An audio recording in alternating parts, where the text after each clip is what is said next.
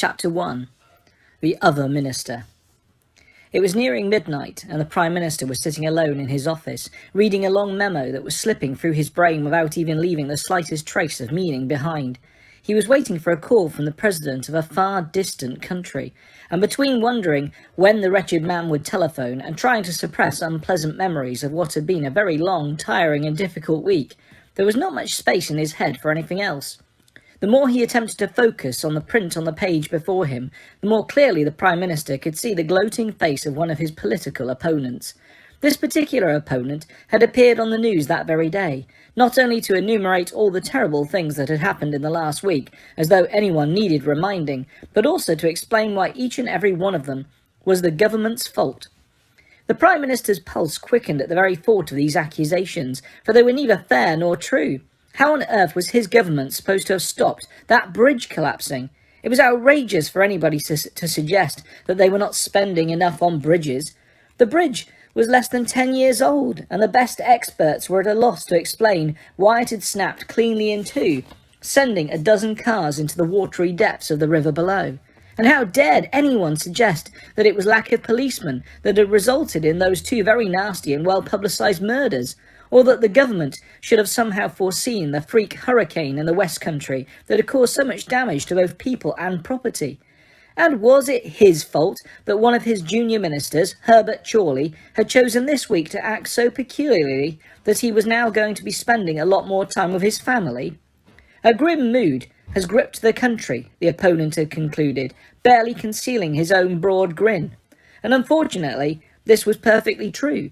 The Prime Minister felt it himself. People really did seem more miserable than usual. Even the weather was dismal. All this chilly mist in the middle of July. It wasn't right. It wasn't normal.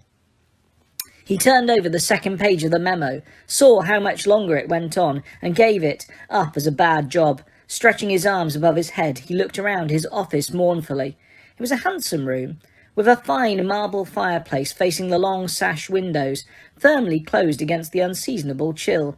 With a slight shiver, the Prime Minister got up and moved over to the windows, looking out at the thin mist that was pressing itself against the glass. It was then, as he stood with his back to the room, that he heard a soft cough behind him. He froze, nose to nose with his own scared-looking reflection in the dark glass. He knew that cough. He had heard it before. He turned very slowly to face the empty room. "Hello?" he said, trying to sound braver than he felt. For a brief moment he allowed himself the impossible hope that nobody would answer him. However, a voice responded at once, a crisp, decisive voice that sounded as though it were reading a prepared statement. It was coming, as the Prime Minister had known at the first cough, from the frog-like little man wearing a long silver wig who was depicted in a small and dirty oil painting in the far corner of the room. "To the Prime Minister of Muggles. Urgent we meet. Kindly respond immediately. Sincerely, Fudge." The man in the painting looked inquiringly at the Prime Minister. Said the Prime Minister. "Listen, it's not a very good time for me. I'm waiting for a telephone call, you see, from the President of—" "That can be rearranged," said the portrait at once. The Prime Minister's heart sank. He'd been afraid of that. "But I really was rather hoping to speak—" "We shall arrange for the President to forget to call. He will telephone tomorrow night instead," said the little man. "Kindly respond immediately to Mr. Fudge." Very well," said the Prime Minister weakly. "Yes, I'll see Fudge." He hurried back to his desk, straightening his tie as he went. He had barely resumed his seat and arranged his face into what he hoped was a relaxed and unfazed expression, when bright green flames burst into life in the empty grate beneath his marble mantelpiece. He watched, trying not to betray a flicker of surprise or alarm, as a portly man appeared within the flames, spinning as fast as a top. Seconds later he had climbed out onto a rather fine antique rug, brushing ash from the sleeves of his long pinstriped cloak, a lime-green bowler hat in his hand. "Ah, Prime Minister," said Cornelius Fudge, striding forwards with his hand outstretched. "Good to see you again." The Prime Minister could not honestly return this compliment, so said nothing at all. He was not remotely pleased to see Fudge, whose occasional appearances, apart from being downright alarming in themselves, generally meant that he was about to hear some very bad news. Furthermore, Fudge was looking distinctly careworn. He was thinner, balder and greyer, and his face had a crumpled look. The Prime Minister had seen that kind of look in politicians before, and it never boded well. "How can I help you?" he said, shaking Fudge's hand very briefly and gesturing towards the hardest of the chairs in front of the desk. "Difficult to know where to begin," muttered Fudge, pulling up the chair, sitting down and placing his green bowler upon his knees. "What a week! What a week!" "Had a bad one too, have you?" asked the Prime Minister stiffly, hoping to convey by this that he had quite enough on his plate already without any extra helpings from Fudge. "Yes, of course," said Fudge, rubbing his eyes wearily and looking morosely at the Prime Minister. "I've been having the same week you have, Prime Minister. The Brockdale Bridge, the Bones and Vance murders, not to mention the ruckus in the West Country. Some of your people were involved in those things, were they?" Fudge fixed the Prime Minister with a rather stern look. "Of course they were," he said. "Surely you've realised what's going on." Hesitated the Prime Minister. It was precisely the sort of behaviour that made him dislike Fudge's visits so much. He was, after all, the Prime Minister, and did not appreciate being made to feel like an ignorant schoolboy. But of course, it had been like this from the very first meeting with Fudge on his very first evening as Prime Minister. He remembered it as though it were yesterday, and knew it would haunt him until his dying day. He had been standing alone in this very office, savouring the triumph that was his after so many years of dreaming and scheming, when he had heard a cough behind him, just like tonight, and turned to find that ugly little portrait talking to him, announcing that the Minister for Magic was about to arrive and introduce himself. Naturally, he had thought that the long campaign and the strain of the election had caused him to go mad. He had been utterly terrified to find a portrait talking to him, though this had been nothing to how he felt when a self-proclaimed wizard had bounced out of the fireplace and shaken his hand. He had remained speechless throughout Fudge's kindly explanation that there were witches and wizards still living in secret all over the world, and his reassurances that he was not to bother his head about them in the Ministry of Magic, as the Ministry of Magic took responsibility for the whole wizarding community and prevented the non-magical population from getting wind of them. It was, said Fudge, a difficult job that encompassed everything from regulations on responsible use of broomsticks to keeping the dragon population under control. The Prime Minister remembered clutching the desk for support at this point. Fudge had then patted the shoulder of the still dumbstruck Prime Minister in a fatherly sort of way. "Not to worry," he had said. "It's odds on you'll never see me again. I'll only bother you if there's something really serious going on our end. Something that's likely to affect the Muggles, the non-magical population, I should say. Otherwise, it's live and let live. And I must say, you're taking it a lot better than your predecessor. He tried to throw me out of the window, thought I was a hoax planned by the opposition." At this, the Prime Minister had found his voice at last. You're not a hoax, then?" It had been his last desperate hope. "No," said Fudge gently. "No, I'm afraid I'm not. Look." And he had turned the Prime Minister's teacup into a gerbil. "But," said the Prime Minister breathlessly, watching his teacup chewing on the corner of his next speech. "But why has nobody told me?" "The Minister for Magic only reveals him or herself to the Muggle Prime Minister of the day," said Fudge, poking his wand back inside his jacket. "We find it the best way to maintain secrecy." "But then," bleated the Prime Minister, "why hasn't a former Prime Minister warned me?" At this, Fudge had actually laughed. "My dear Prime Minister, are you ever going to tell anybody?" Still chortling, Fudge had thrown some powder onto the fireplace, stepped into the emerald flames and vanished, and a whooshing sound. The Prime Minister had stood there quite motionless and realised that he would never, as long as he lived, dare mention the encounter to a living soul, for who in the world, the wide world, would believe him?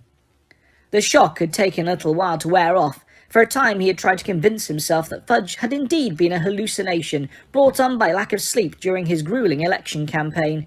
In a vain attempt to rid himself of all reminders of this uncomfortable encounter, he had given the gerbil to his delighted niece and instructed his private secretary to take down the portrait of the ugly little man who had announced Fudge's arrival. To the Prime Minister's dismay, however, the portrait had proved impossible to remove. When several carpenters, a builder or two, an art historian and the Chancellor of the Exchequer had all tried unsuccessfully to prise it from the wall, the Prime Minister had abandoned the attempt and simply resolved to hope that the thing remained motionless and silent for the rest of his term in office. Occasionally, He could have sworn he saw, out of the corner of his eye, the occupant of the painting yawning, or else scratching his nose, even once or twice simply walking out of his frame and leaving nothing but a stretch of muddy brown canvas behind. However, he had trained himself not to look at the picture very much, and always to tell himself firmly that his eyes were playing tricks on him when anything like this happened. Then, 3 years ago, on a night very like tonight, the Prime Minister had been alone in his office when the portrait had once again announced the imminent arrival of Fudge, who had burst out of the fireplace, sopping wet and in a state of considerable panic. Before the Prime Minister could ask why he was dripping all over the Axminster, Fudge had started ranting about a prison the Prime Minister had never heard of, a name, a man named Sirius Black, something that sounded like Hogwarts, and a boy called Harry Potter, none of which made the remotest sense to the Prime Minister. "I've just come from Azkaban," Fudge had panted, tipping a large amount of water out of the rim of his bowler hat into his pocket. "Middle of the North Sea, you know, nasty flight. The Dementors are in uproar," he shuddered. "They've never had a breakout before. Anyway, I had to come to you, Prime Minister. Black's a known Muggle killer, and may be planning to rejoin you-know-who, but of course, you don't even know who you-know-who is." He had gazed hopelessly at the Prime Minister for a moment, and then said, "Well, sit down. I'd better fill you in. Have a whisky." The Prime Minister had rather resented being told to sit down in his own office, let alone offered his own whisky, but he sat nevertheless. Fudge had pulled out his wand, conjured 2 large glasses full of amber liquid out of thin air, pushed one of them into the Prime Minister's hand, and drawn up a chair. Fudge had talked for over an hour. At one point he had refused to say a certain name aloud, and wrote it instead on a piece of parchment, which he had thrust into the Prime Minister's whisky-free hand. When at last Fudge had stood up to leave, the Prime Minister had stood up too. "So, you think that—" He had squinted down at the name on his left hand. "Lord he who must not be named," snarled Fudge. "I'm sorry, you think that he who must not be named is still alive, then?" "Well, Dumbledore says he is," said Fudge, as he had fastened his pin-striped cloak under his chin. "But we've never found him. If you ask me, he's not dangerous unless he's got support, so it's Black we ought to be worrying about." "You'll put out that warning, then? Excellent. Well, I hope we don't see each other again, Prime Minister. Good night." But they had seen each other again.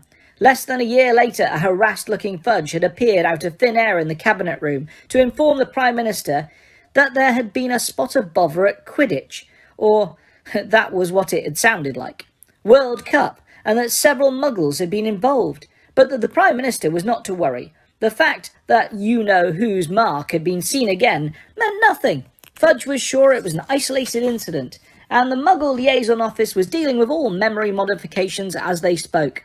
"Oh, and I almost forgot," Fudge had added. "We're importing 3 foreign dragons and a sphinx for the Triwizard Tournament. Quite routine, but the Department for the Regulation and Control of Magical Creatures tells me that it's down to the rulebook that we have to notify you if we're bringing highly dangerous creatures into the country." I what? Dragons?" spluttered the Prime Minister. "Yes, 3, said Fudge. "And a sphinx. Well, good day to you." The Prime Minister had hoped beyond hope that dragons and sphinxes would be the worst of it, but no. Less than 2 years later, Fudge had erupted out of the fire yet again, this time with the news that there had been a mass breakout from Azkaban. "A mass breakout?" the Prime Minister had repeated hoarsely. No need to worry, Fudge had shouted already, with one foot in the flames. "We'll have them rounded up in no time. Just thought you ought to know." And before the Prime Minister had been able to shout, "Now, wait just one moment," Fudge had vanished in a shower of green sparks.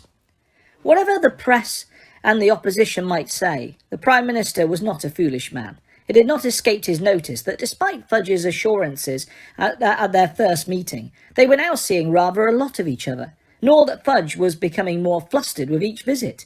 Little though he liked to think about the Minister for Magic, or, as he always called Fudge in his head, the other Minister, the Prime Minister could not help but fear that the next time Fudge appeared it would be of graver news still. The sight, therefore, of Fudge stepping out of the fire once more, looking dishevelled and fretful and sternly surprised that the Prime Minister did not know exactly why he was there, was about the worst thing that had happened in the course of this extremely gloomy week. "How should I know what's going on in the wizarding community?" snapped the Prime Minister now. "I have a country to run, and quite enough concerns. At the moment, without—" "We have the same concerns," Fudge interrupted. "The Brockdale Bridge didn't wear out. That wasn't really a hurricane. Those murders were not the work of muggles, and Herbert Chorley's family would be safer without him. We are currently making arrangements to have him transferred to St Mungo's Hospital for magical maladies and injuries. The move should be effected tonight." "What do you— I'm afraid I—" "What?" blustered the Prime Minister. Fudge took a great deep breath and said, "Prime Minister, I am very sorry to have to tell you that he's back. He who must not be named is back." "Back? When you say back, he's alive. I mean—" The Prime Minister groped in his memory for the details of that horrible conversation of 3 years previously, when Fudge had told him about the wizard who was feared above all others, the wizard who had committed 1,000 terrible crimes before his mysterious disappearance 15 years earlier. "Yes, alive," said Fudge. "That is, I don't know. Is a man alive if he can't be killed? I don't really understand it. And Dumbledore won't explain properly. But anyway, he's certainly got a body and is walking and talking and killing. So I suppose for the purposes of our discussion, yes, he's alive." The Prime Minister did not know what to say to this, but a persistent habit of wishing to appear well informed on any subject that came up made him cast around for any details he could remember of their previous conversations. "Is Sirius Black with he who must not be named?" "Black? Black," said Fudge distractedly, turning his bowler rapidly in his fingers. "Sirius Black, you mean? Merlin's beard, no. Black's dead. Turns out we were, mistaken about Black. He was innocent after all, and he wasn't in league with he who must not be named either. I mean," he added defensively, spinning the bowler hat still faster. "All the evidence pointed. We had more than 50 eyewitnesses, but anyway, as I say, he's dead. Murdered, as a matter of fact, on Ministry of Magic premises. There's going to be an inquiry, actually." To his great surprise, the Prime Minister felt a fleeting stab of pity for Fudge at this point. It was, however, eclipsed almost immediately by a glow of smugness at the thought that, deficient though he himself might be in the area of materialising out of fireplaces, there had never been a murder in any of the government departments under his charge. Not yet, anyway. While the Prime Minister surreptitiously touched the wood of his desk, Fudge continued, "But Black's by the by now. The point is, we're at war, Prime Minister, and steps must be taken." "At war?" repeated the Prime Minister nervously. "Surely that's a little bit of an overstatement." "He who must not be named has now been joined by those of his followers who broke out of Azkaban in January," said Fudge, speaking more and more rapidly, and twirling his bowler so fast that it was a lime green blur. "Since they have moved into the open, they have been wreaking havoc. The Brockdale Bridge, he did it, Prime Minister. He threatened a mass muggle killing unless I stood aside for him, and— Good grief. So it's your fault those people were killed, and I'm having to answer questions about rusted rigging and corroded expansion joints, and I don't know what else," said the Prime Minister furiously. "My fault?" said Fudge, colouring up. "Are you saying you would have caved in to blackmail like that?" Maybe not," said the Prime Minister, standing up and striding about the room, "but I would have put all my efforts into catching the blackmailer before he committed any such atrocity." "Do you really think I wasn't already making every effort?" demanded Fudge heartedly. "Every aura in the Ministry was and is trying to find him and round up his followers. But we happen to be talking about one of the most powerful wizards of all time, a wizard who has eluded capture for almost 3 decades. "So I suppose you're going to tell me he caused the hurricane in the West Country too," said the Prime Minister, his temper rising with every pace he took. It was infuriating to discover the reason for all these terrible disasters and not be able to tell the public. Almost worse than it being the government's fault after all. "That was no hurricane," said Fudge miserably. "Excuse me," barked the Prime Minister, now positively stamping up and down. "Trees uprooted, roofs ripped off, lamp-posts bent, horrible injuries." "It was the Death Eaters," said Fudge. "He who must not be named's followers. And we suspect giant involvement." The Prime Minister stopped in his tracks as though he had hit an invisible wall. "What involvement?" Fudge grimaced.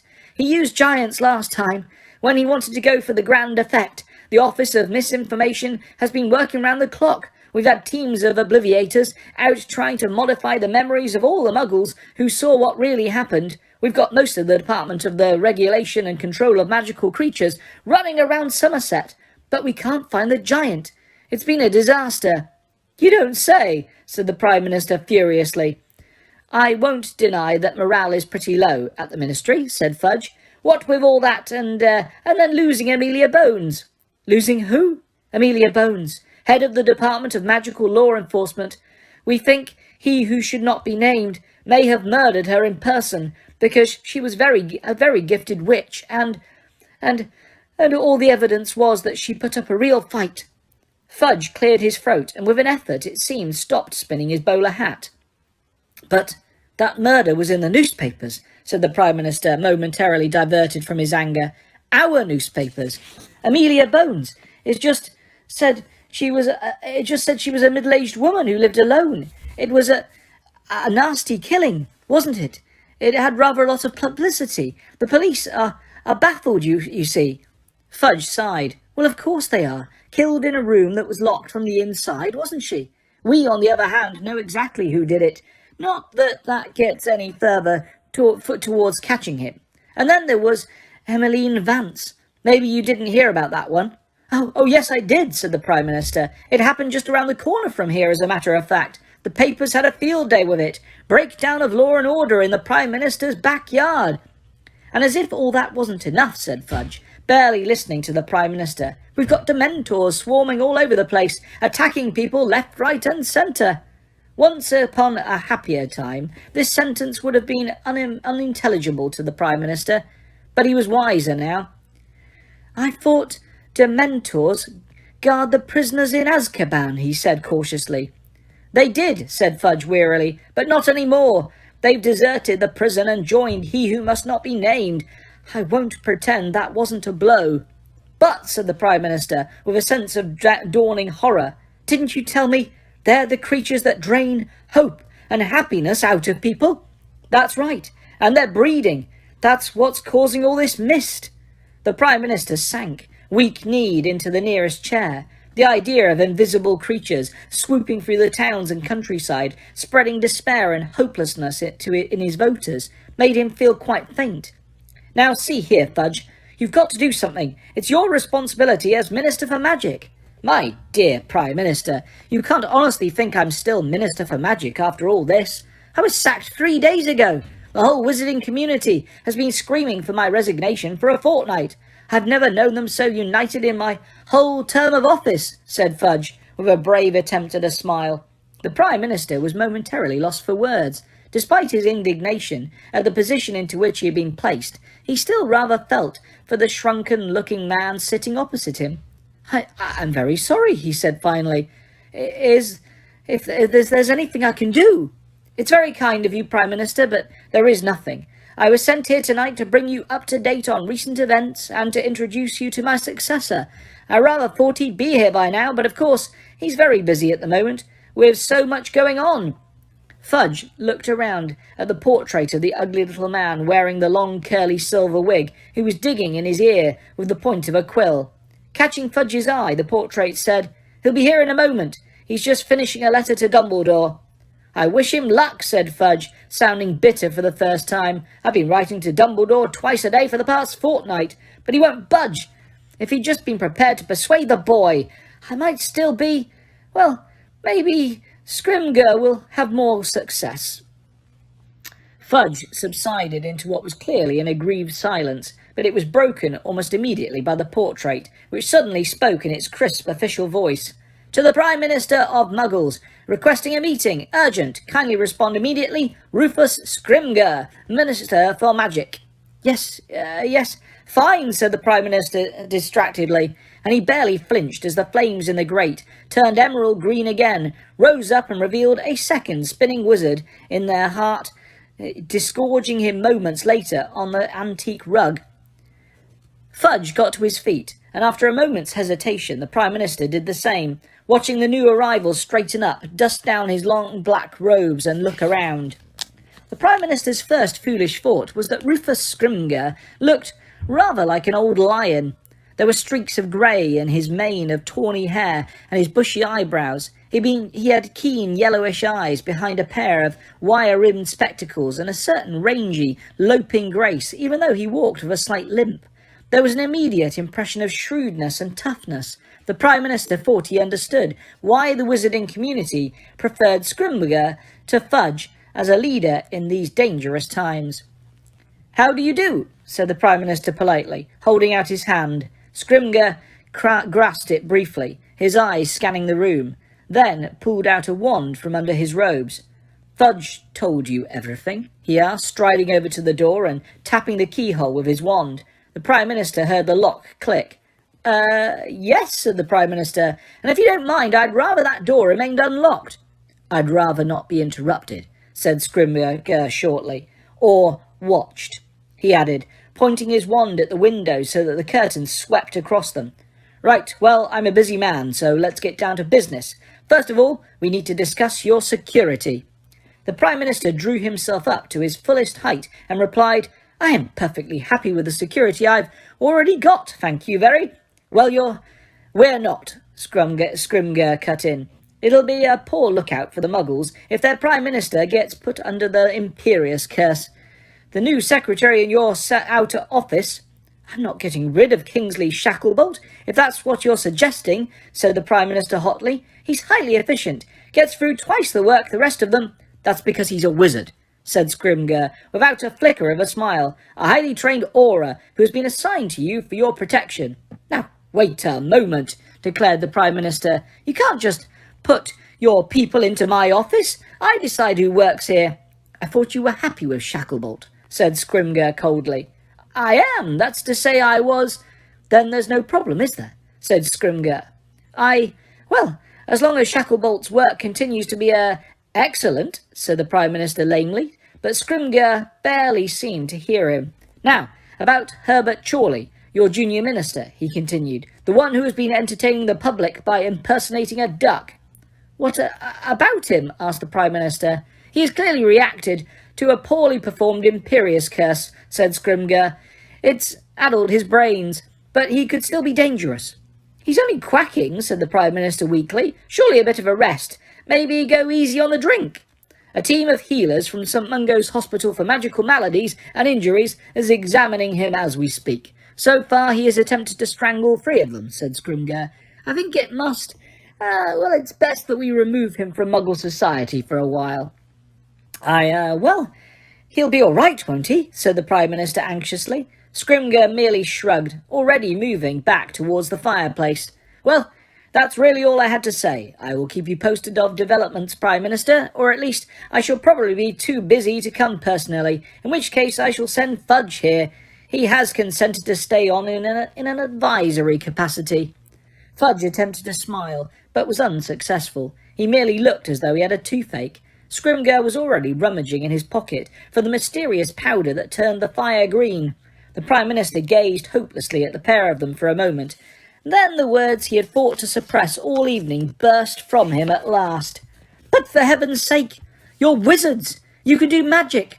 Surely you can sort out, anything!" Scrimgeour turned slowly on the spot and exchanged an incredulous look with Fudge, who really did manage a smile this time, as he said kindly, "The trouble is, the other side can do magic too, Prime Minister." And with that, the 2 wizards stepped one after the other into the bright green fire and vanished. Chapter 2. Spinner's End. Many miles away, the chilly mist that had pressed against the Prime Minister's windows drifted over a dirty river that wound between overgrown, rubbish-strewn banks.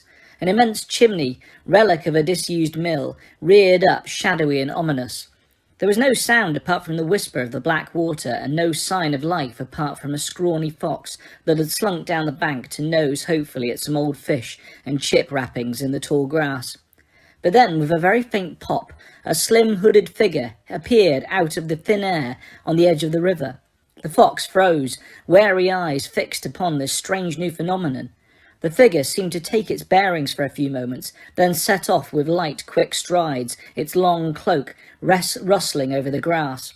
With a second and louder pop, another hooded figure materialized. "Wait, The harsh cry startled the fox, now crouching almost flat in the undergrowth. It leapt from its hiding place and up the bank. There was a flash of green light, a yelp, and the fox fell back to the ground, dead. The second figure turned over the animal with its toe. "Just a fox," said a woman's voice dismissively from under the hood. "I thought perhaps an aura. Sissy, wait!" But her quarry, who had paused and looked back at the flash of light, was already scrambling up the bank. The fox had just fallen down. "Sissy! Narcissa! Listen to me!" The second woman caught the first and seized her arm, but the other wrenched it away. "Go back, Bella." "You must listen to me." "I've listened already. I've made my decision. Leave me alone." The woman called Narcissa gained the top of the bank, where a line of old railings separated the river from a narrow cobbled street. The other woman, Bella, followed at once. Side by side they stood looking across the road at the rows and rows of dilapidated brick houses, their windows dull and blind in the darkness. "He lives here?" asked Bella in a voice of contempt. "Here? In this muggle dunghill? We must be the first of our kind ever to set foot." But Narcissa was not listening. She had slipped through a gap in the rusty railings and was already hurrying across the road. "Sissy, wait!" Bella followed, her cloak streaming behind, and saw Narcissa darting through an alley between the houses into a second, almost identical street. Some of the street lamps were broken. The two women were running between patches of light and deep darkness. The pursuer caught up with her prey just as she turned another corner, this time succeeding in catching hold of her arm and swinging her round so that they faced each other. "Sissy, you must not do this. You can't trust him." "The Dark Lord trusts him, doesn't he?" "The Dark Lord is, I believe, mistaken," Bella panted, and her eyes gleamed momentarily under her hood as she looked around to check that they were indeed alone. "In any case, we were told not to speak of the plan to anyone. This is a betrayal of the Dark Lords." "Let go, Bella," snarled Narcissa, and she drew a wand from beneath her cloak, holding it threateningly to the other's face. Bella merely laughed. "Sissy, your own sister? You wouldn't." "There is nothing I wouldn't do any more," Narcissa breathed, a note of hysteria in her voice, as she brought down the wand like a knife. There was another flash of light. Bella let go of her sister's arm, as though burned. "Narcissa!" But Narcissa had rushed ahead. Rubbing her hand, her pursuer followed again, keeping her distance now, as they moved deeper into the deserted labyrinth of brick houses. At last Narcissa hurried up a street called Spinner's End, over which the towering mill chimney seemed to hover like a giant admonitory finger. Her footsteps echoed on the cobbles as she passed boarded and broken windows until she reached the very last house, where a dim light glimmered through the curtains in a downstairs room. She had knocked on the door before Bella, cursing under her breath, had caught up. Together they stood waiting, panting slightly, breathing in the smell of the dirty river that was carried to them on the night breeze. After a few moments they heard movement behind the door, and it opened a crack. A sliver of a man could be seen looking out at them, a man with long black hair parted in curtains around a sallow face and black eyes. Narcissa threw back her hood. She was so pale that she seemed to shine in the darkness. The long blonde hair streaming down her back gave her the look of a drowned person. "Narcissa?" said the man, opening the door a little wider, so that the light fell upon her and her sister too. "What a pleasant surprise." "Severus," she said in a strained whisper, "may I speak to you? It's urgent." "But of course." He stood back to allow her to pass him into the house, her still hooded sister following without invitation. "Snape," she said curtly as she passed him. "Bellatrix," he replied, his thin mouth curling into a slightly mocking smile as he closed the door with a snap behind them. They had stepped directly into a tiny sitting room, which had the feeling of a dark padded cell. The walls were completely covered in books, most of them bound in old black or brown leather. A threadbare sofa, an old armchair, and a rickety table stood grouped together in a pool of dim light cast by a candle-filled lamp hung from the ceiling. The place had an air of neglect, as though it was not usually inhabited. Snape gestured Narcissa to the sofa. She threw off her cloak, cast it aside, and sat down, staring at her white and trembling hands clasped in her lap. Bellatrix lowered her hood more slowly. Dark as her sister was fair, with heavily lidded eyes and a strong jaw. She did not take her gaze from Snape as she moved to stand behind Narcissa. "So, what can I do for you?" Snape asked, settling himself in the armchair opposite the two sisters. We're alone, aren't we? Narcissa asked quietly. Yes, of course. Well, Wormtail's here, but we're not counting vermin, are we? He pointed his wand at the wall of books behind him, and with a bang a hidden door flew open, revealing a narrow staircase upon which a small man stood frozen. As you have already realised, Wormtail, we have guests, said Snape lazily. The man crept hunch-backed down the last few steps and moved into the room. He had small, watery eyes, a pointed nose, and wore an unpleasant simper. His left hand was caressing his right, which looked as though it were encased in a bright silver glove. Narcissa, he said, in a squeaky voice, and Bellatrix. How charming. Wormtail will get us drinks, if you'd like them, said Snape, and then he will return to his bedroom. Wormtail winced as though Snape had thrown something at him. I am not your servant, he squeaked, avoiding Snape's eye. Really? I was under the impression that the Dark Lord placed you here to assist me. To assist, yes, but not to make drinks and clean your house. I had no idea, Wormtail, that you were craving more dangerous assignments, said Snape silkily. This can be easily arranged. I shall speak to the Dark Lord. I can speak to him myself if I want to. Of course you can, said Snape, sneering. But in the meantime, bring us drinks. Some of the elf-made wine will do. Wormtail hesitated for a moment, looking as though he might argue, but then turned and headed through a second hidden door. They heard banging and a clinking of glasses. Within seconds he was back, bearing a dusty bottle with 3 glasses upon a tray.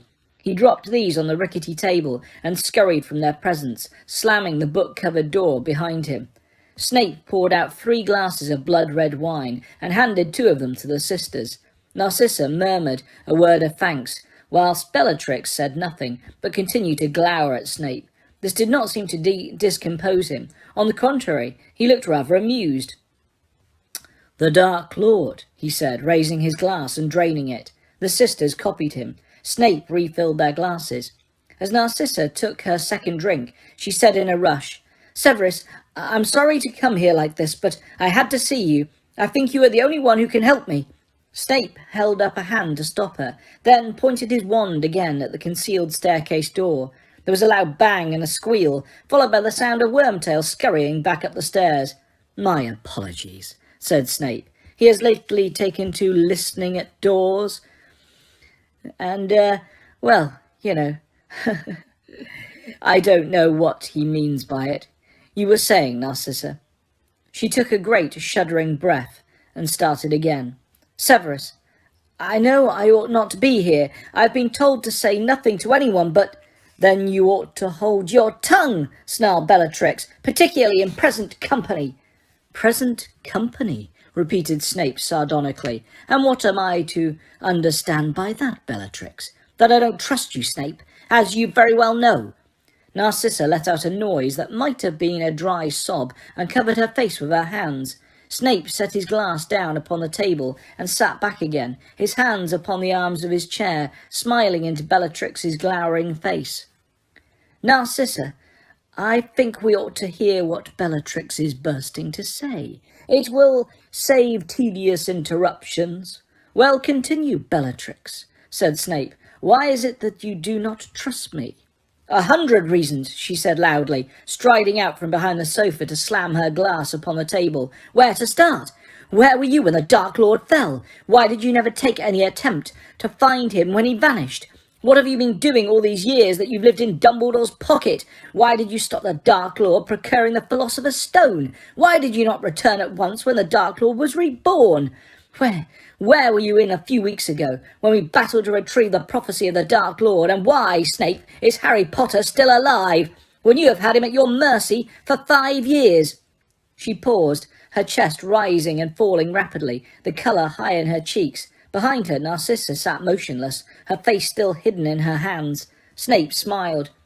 Before I answer you, oh yes, Bellatrix, I am going to answer. You can carry my words back to the others who whisper behind my back and carry false tales of my treachery to the Dark Lord. Before I answer you, I say, let me ask a question in turn. Do you really think that the Dark Lord has not asked me each and every one of those questions? And do you really think that, had I not been able to give satisfactory answers, I would be sitting here talking to you?" She hesitated. "I know he believes you, but—" "You think he is mistaken, or that I have somehow hoodwinked him, fooled the Dark Lord, the greatest wizard, the most accomplished legerdemain the world has ever seen?" Bellatrix said nothing, but looked for the first time a little discomfited. Snape did not press the point. He picked up his drink again, sipped it, and continued. "You ask where I was when the Dark Lord fell. I was where he had ordered me to be, at Hogwarts School of Witchcraft and Wizardry, because he wished me to spy upon Albus Dumbledore. You know, I presume, that it was the Dark Lord's orders that I took up the post." She nodded almost imperceptibly and then opened her mouth, but Snape forestalled her. "You ask why I did not attempt to find him when he vanished.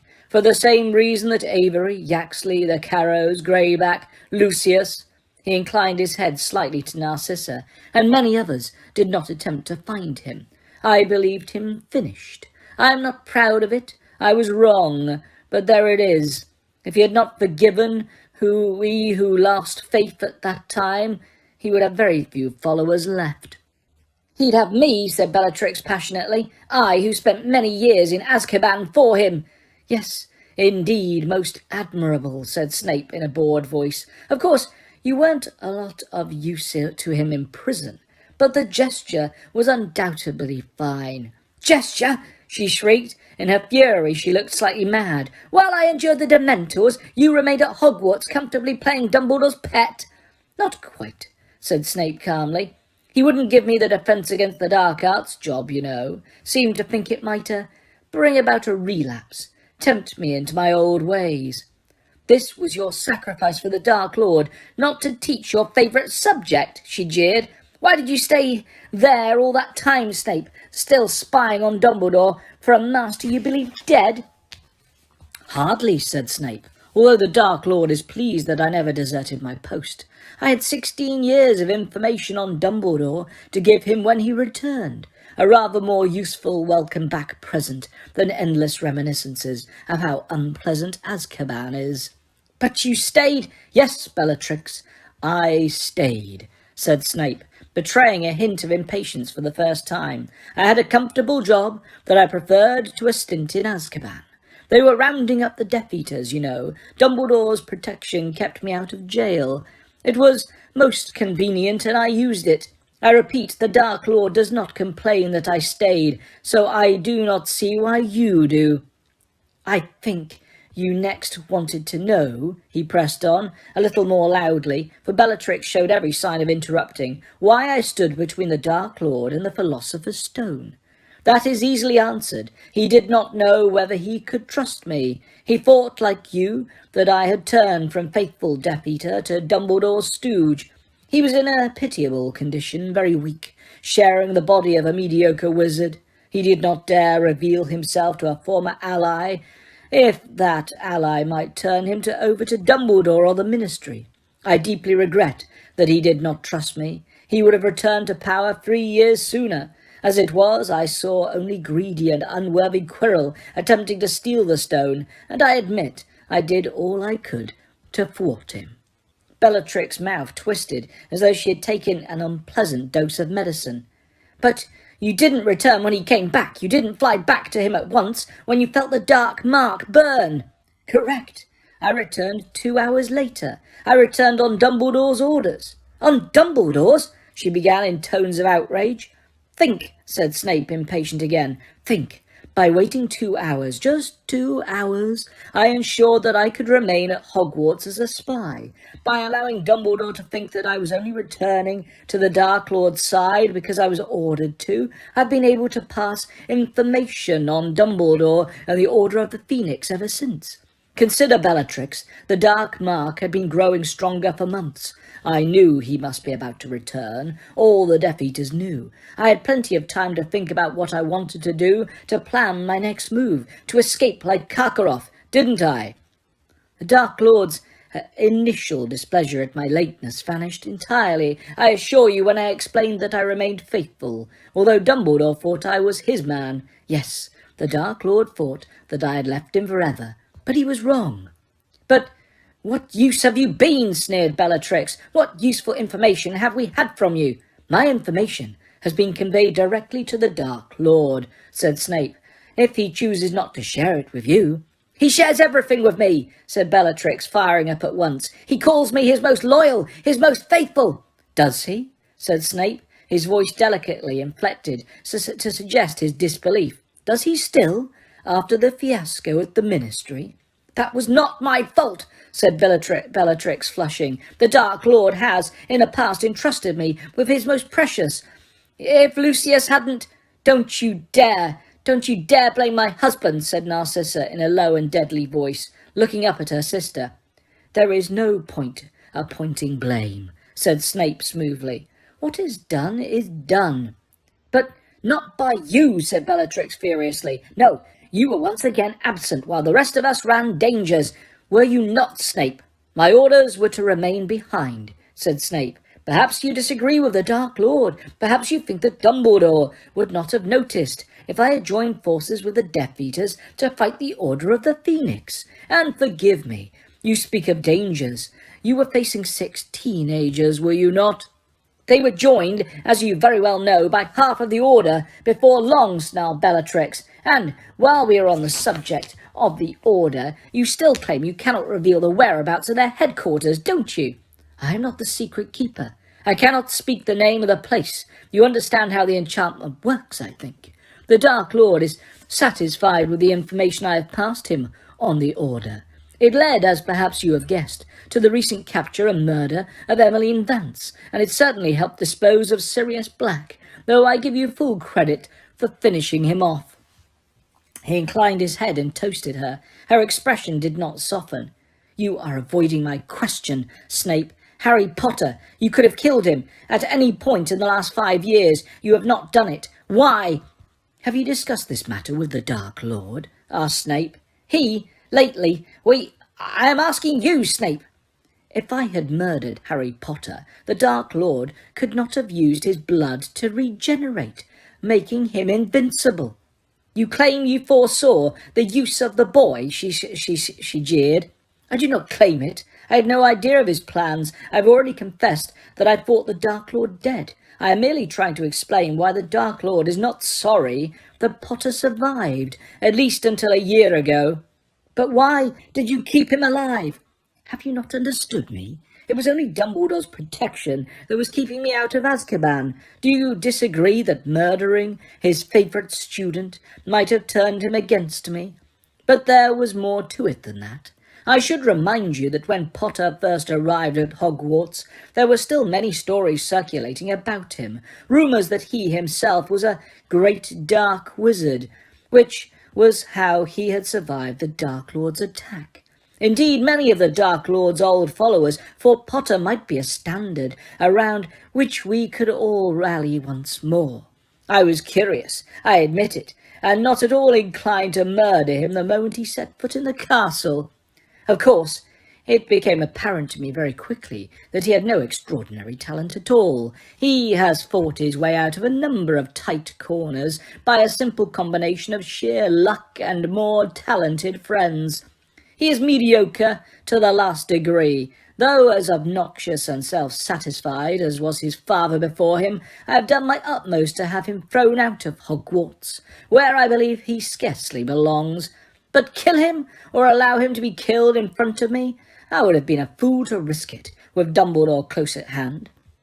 And through all this, we're supposed to believe Dumbledore has never suspected you? Asked Bellatrix. He has no idea of your true allegiance. He trusts you implicitly still. I have played my part well, said Snape, and you overlook Dumbledore's greatest weakness.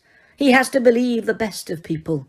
I spun him a tale of deepest remorse when I joined his staff, fresh from my Death Eater days, and he embraced me with open arms, though, as I say, never allowing me nearer the dark arts than he could help. Dumbledore has been a great wizard. Oh, yes, he has, for Bellatrix had made a scathing noise. The Dark Lord acknowledges it. I am pleased to say, however, that Dumbledore is growing old. The duel with the Dark Lord last month shook him. He has since sustained a serious injury because his reactions are slower than they once were. But through all these years, he has never stopped trusting Severus Snape, and therein lies my great value to the Dark Lord. Bellatrix still looked unhappy, though she appeared unsure how best to attack Snape next. Taking advantage of her silence, Snape turned to her sister. "Now, you came to ask me for help, Narcissa." Narcissa looked up at him, her face eloquent with despair. "Yes, Severus, I think you're the only one who can help me. I have nowhere else to turn. Lucius is in jail and—" She closed her eyes and 2 large tears seeped from beneath her eyelids. "The Dark Lord has forbidden me to speak of it," Narcissa continued, her eyes still closed. "He wishes none to know of the plan. It is very secret, but—" "If he has forbidden it, you ought not to speak," said Snape at once. "The Dark Lord's word is law." Narcissa gasped, as though he had doused her with cold water. Bellatrix looked satisfied for the first time since she had entered the house. "There," she said triumphantly to her sister, "even Snape says no. Yes, you were told not to talk, so hold your silence." But Snape had got to his feet and strode to the small window, peered through the curtains of the deserted street, then closed them again with a jerk. He turned around to face Narcissa, frowning. "It so happens that I know of the plan," he said in a low voice. "I am one of the few of the Dark Lord has told. Nevertheless, had I not been in on the secret, Narcissa, you would have been guilty of great treachery to the Dark Lord." "I thought you must know about it," said Narcissa, breathing more freely. "He trusts you so, Severus." "You know about the plan," said Bellatrix, her fleeting expression of satisfaction replaced by a look of outrage. "You? No?" "Certainly," said Snape. "But what help do you require, Narcissa? If you are imagining I can persuade the Dark Lord to change his mind, I'm afraid there is no hope, none at all." "Severus," she whispered, tears sliding down her pale cheeks. "My son! My only son!"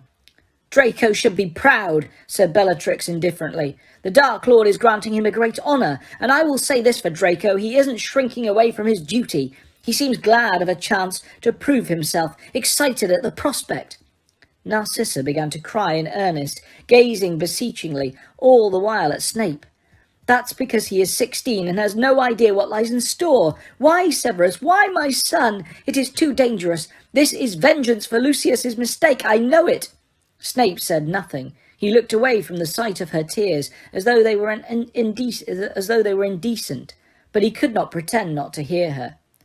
"That's why he's chosen Draco, isn't it?" she persisted. "To punish Lucius." "If Draco succeeds," said Snape, still looking away from her, "he will be honoured above all others."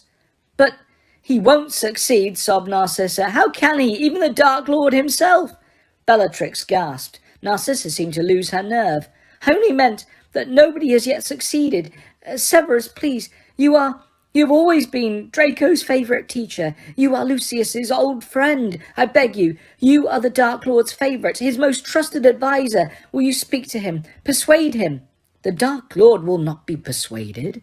I am not stupid enough to attempt it," said Snape flatly. "I cannot pretend that the Dark Lord is not angry with Lucius. Lucius was supposed to be in charge. He got himself captured, along with how many others, and failed to retrieve the prophecy into the bargain. Yes, the Dark Lord is angry, Narcissa, very angry indeed." "Then I am right. He has chosen Draco in revenge," choked Narcissa. "He does not mean him to succeed. He wants him to be killed trying." When Snape said nothing, Narcissa seemed to lose what little self-restraint she still possessed. Standing up, she staggered to Snape and seized the front of his robes, her face close to his, her tears falling onto his chest. She gasped, "You could do it. You could do it instead of Draco, Severus. You would succeed, of course you would. And he would reward you beyond all of us." Snape caught hold of her wrists and removed her clutching hands. Looking down into her tear-stained face, he said slowly, "He intends me to do it in the end, I think. But he is determined that Draco should try first. You see, in the unlikely event that Draco succeeds, I shall be able to remain at Hogwarts a little longer, fulfilling my useful role as spy. In other words, it doesn't matter to him if Draco is killed. The Dark Lord is very angry, repeated Snape quietly. He failed to hear the prophecy. You know as well as I do, Narcissa, that he does not forgive easily. She crumpled, falling at his feet, sobbing and moaning on the floor. My only son! My only son! You should be proud, said Bellatrix ruthlessly. If I had sons, I would be glad to give them up to the service of the Dark Lord. Narcissa gave a little scream of despair and clutched at her long blonde hair. Snape stooped, seized her by the arms, lifted her up and steered her back onto the sofa. He then poured her more wine and forced the glass into her hand. Narcissa, that's enough. Drink this. Listen to me. She quietened a little, slopping wine down herself. She took a shaky sip. It might be possible for me to help Draco. She sat up, her face paper white, her eyes huge. Severus, oh Severus, you would help him. Would you look after him? See he comes to no harm. I can try. She flung away her glass. It skidded across the table as she slid off the sofa into a kneeling position at Snape's feet, seized his hand in both of hers and pressed her lips to it. If you are here or there to protect him, Severus, will you swear it? Will you make the unbreakable vow? The unbreakable vow? Snape's expression was blank, unreadable. Bellatrix, however, let out a cackle of triumphant laughter. Aren't you listening, Narcissa? Oh, he'll try, I'm sure. The usual empty words, the usual slithering out of action. Oh, on the Dark Lord's orders, of course. Snape did not look at Bellatrix. His black eyes were fixed upon Narcissa's tear-filled blue ones as she continued to clutch his hand. Certainly, Narcissa, I shall make the unbreakable vow, he said quietly. Perhaps your sister will consent to be our bonder. Bellatrix's mouth fell open. Snape lowered himself so that he was kneeling opposite Narcissa. Beneath Bellatrix's astonished gaze, they grasped right hands. You will need your wand, Bellatrix, said Snape coldly. She drew it, still looking astonished. And you will need to move a little closer, he said. She stepped forwards so that she stood over them and placed the tip of her wand on their linked hands. Narcissa spoke. Will you, Severus, watch over my son Draco as he attempts to fulfill the Dark Lord's wishes? I will, said Snape. A thin tongue of brilliant flame issued from the wand and wound its way around their hands like a red-hot wire. And will you, to the best of your ability, protect him from harm? I will, said Snape. A second tongue of flame shot from the wand and interlinked with the first, making a fine glowing chain. And should it prove necessary, if it seems Draco will fail, whispered Narcissa, Snape's hand twitching within hers, but he did not draw away. Will you carry out the deed that the Dark Lord has ordered Draco to perform? There was a moment's silence. Bellatrix watched, her wand upon their clasped hands, her eyes wide. I will, said Snape. Bellatrix's astounded face glowed red in the blaze of her third tongue of flame, which shot from the wand, twisted with the others, and bound itself thickly around their clasped hands like a rope, like a fiery snake. Chapter 3. Will and Won't. Harry Potter was snoring loudly. He had been sitting in a chair beside the bedroom window for the best part of 4 hours, staring out at the darkening street, and had finally fallen asleep with one side of his face pressed against the cold window pane, his glasses askew and his mouth wide open. The misty fug his breath had left on the window sparkled in the orange glare of the street lamp outside, and the artificial light drained his face of all colour, so that he looked ghostly beneath his shock of untidy black hair. The room was strewn with various possessions, and a good smattering of rubbish. Owl feathers, apple cores, and sweet wrappers littered the floor. A number of spell books lay higgledy-piggledy among the tangled robes on his bed, and a mess of newspapers sat in a puddle of light on his desk. The headline of one blared, Harry Potter, the chosen one? Rumours continue to fly about the mysterious recent disturbance at the Ministry of Magic, during which he who must not be named was sighted once more. We're not allowed to talk about it, don't ask me anything, said one agitated obliviator who refused to give his name as he left the ministry last night.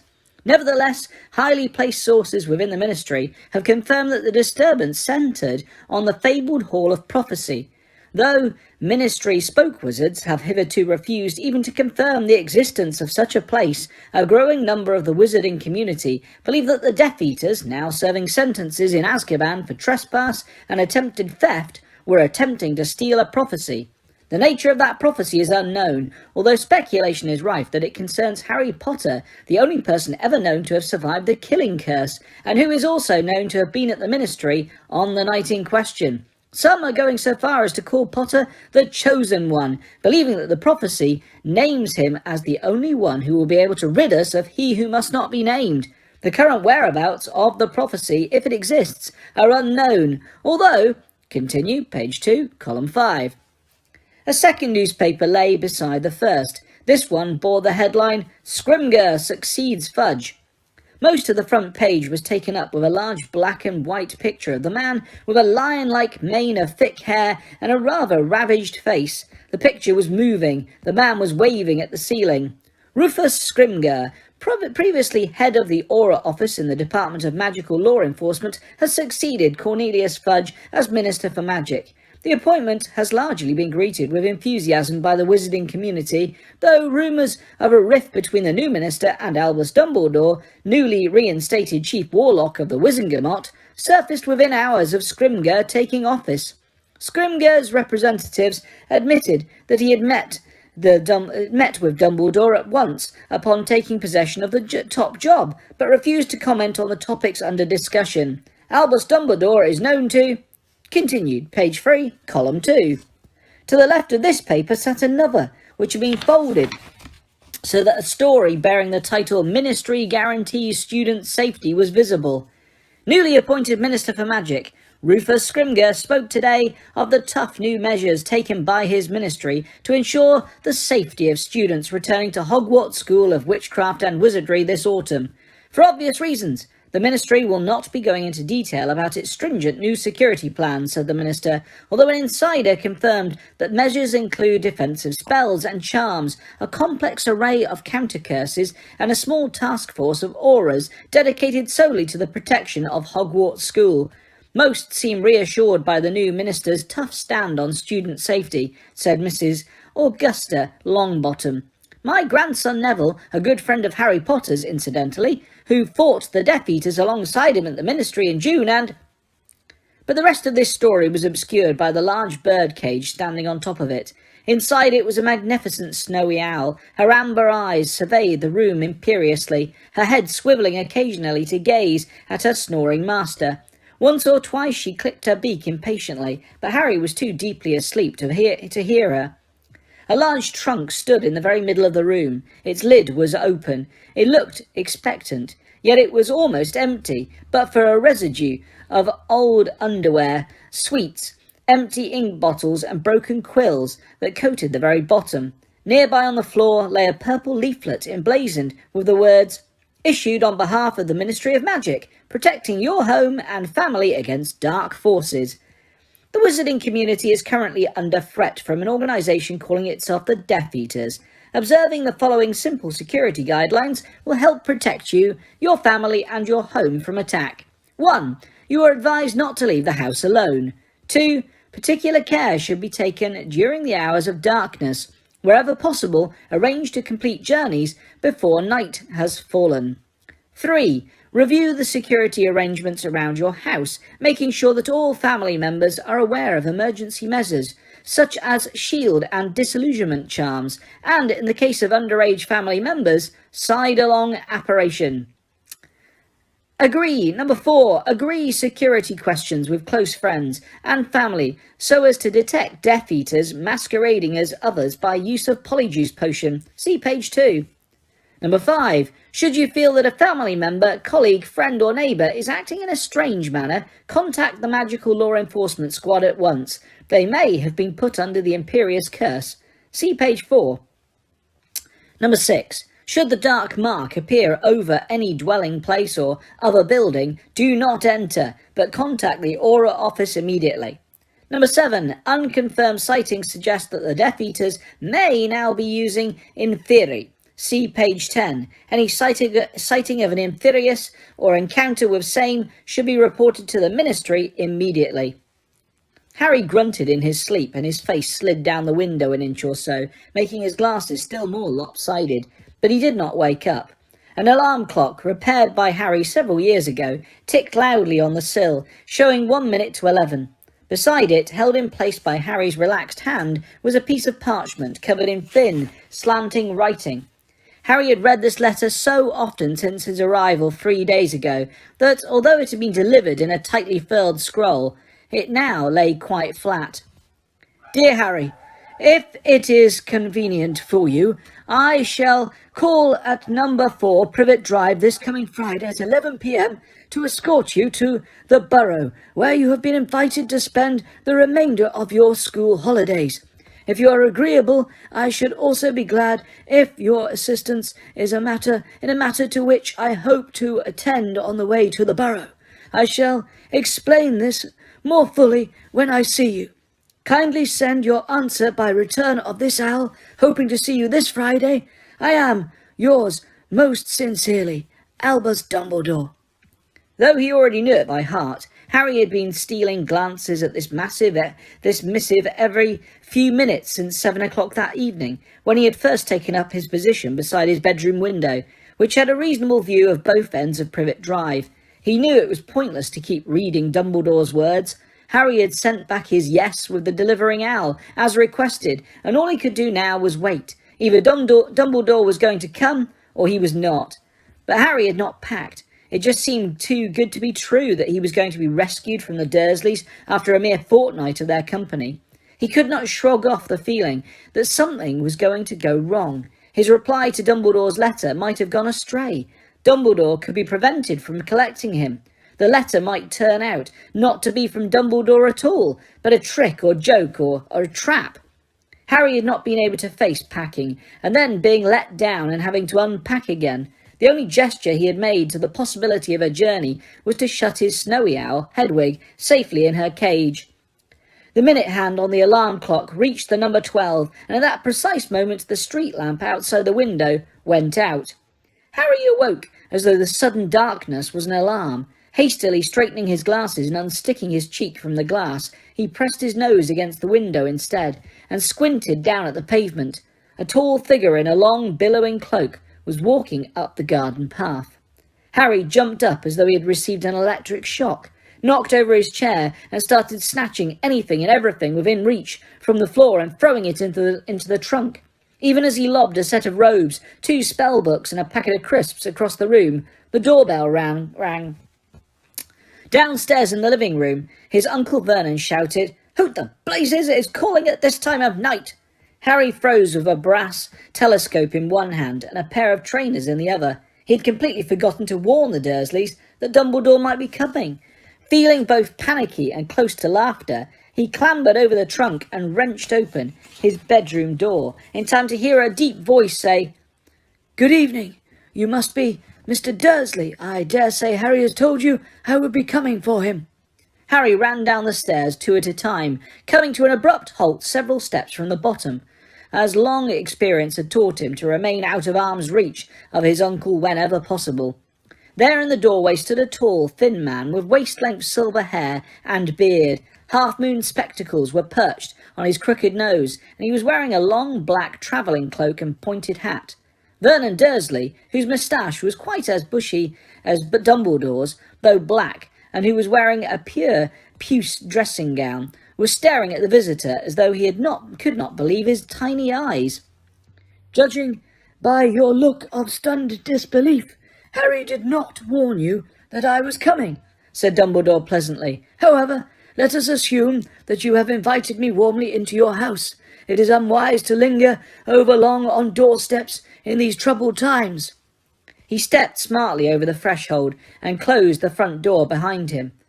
"It is a long time since my last visit," said Dumbledore, peering down his crooked nose at Uncle Vernon. "I must say, your agapanthus are flourishing." Vernon Dursley said nothing at all. Harry did not doubt that speech would return to him, and soon. The vein pulsing in his uncle's temple was reaching danger point. but something about Dumbledore seemed to have robbed him temporarily of breath. It might have been the blatant wizardishness of his appearance, but it might too have been that even Uncle Vernon could sense that here was a man whom it would be very difficult to bully. "Ah, good evening, Harry," said Dumbledore, looking up at him through his half-moon glasses with a most satisfied expression. "Excellent, excellent." These words seemed to rouse Uncle Vernon. It was clear that as far as he was concerned, any man who could look at Harry and say "excellent" was a man with whom he could never see eye to eye. "I don't mean to be rude," he began, in a tone that threatened rudeness in every syllable. "Yet, sadly, accidental rudeness occurs alarmingly often," Dumbledore finished the sentence gravely. "Best to say nothing at all, my dear man. Ah, and this must be Petunia." The kitchen door had opened, and there stood Harry's aunt, wearing rubber gloves and a housecoat over her nightdress, clearly halfway through her usual pre-bedtime wipe-down of all the kitchen surfaces. Her rather horsey face registered nothing but shock. "Albus Dumbledore," said Dumbledore, when Uncle Vernon failed to effect an introduction. "We have corresponded, of course." Harry thought this an odd way of reminding Aunt Petunia that he had once sent her an exploding letter, but Aunt Petunia did not challenge the term. "And this must be your son Dudley." Dudley had at that moment peered around the living-room door, his large blonde head rising out of the stripy collar of his pyjamas, looked oddly disembodied, his mouth gaping in astonishment and fear. Dumbledore wanted a moment or two, apparently to see whether any of the Dursleys were going to say anything, but as the silence stretched on, he smiled. "Shall we assume that you have invited me into your sitting room?" Dudley scrambled out of the way as Dumbledore passed him. Harry, still clutching the telescope and trainers, jumped the last few stairs and followed Dumbledore, who had settled himself in the armchair nearest to the fire and was taking in the surroundings with an expression of benign interest. He looked quite extraordinarily out of place. Aren't we leaving, sir?" Harry asked anxiously. "Yes, indeed we are, but there are a few matters we need to discuss first," said Dumbledore, "and I would prefer not to do so in the open. We shall trespass upon your aunt and uncle's hospitality only a little longer." "You will you?" Vernon Dursley had entered the room, Petunia at his shoulder and Dudley skulking behind them both.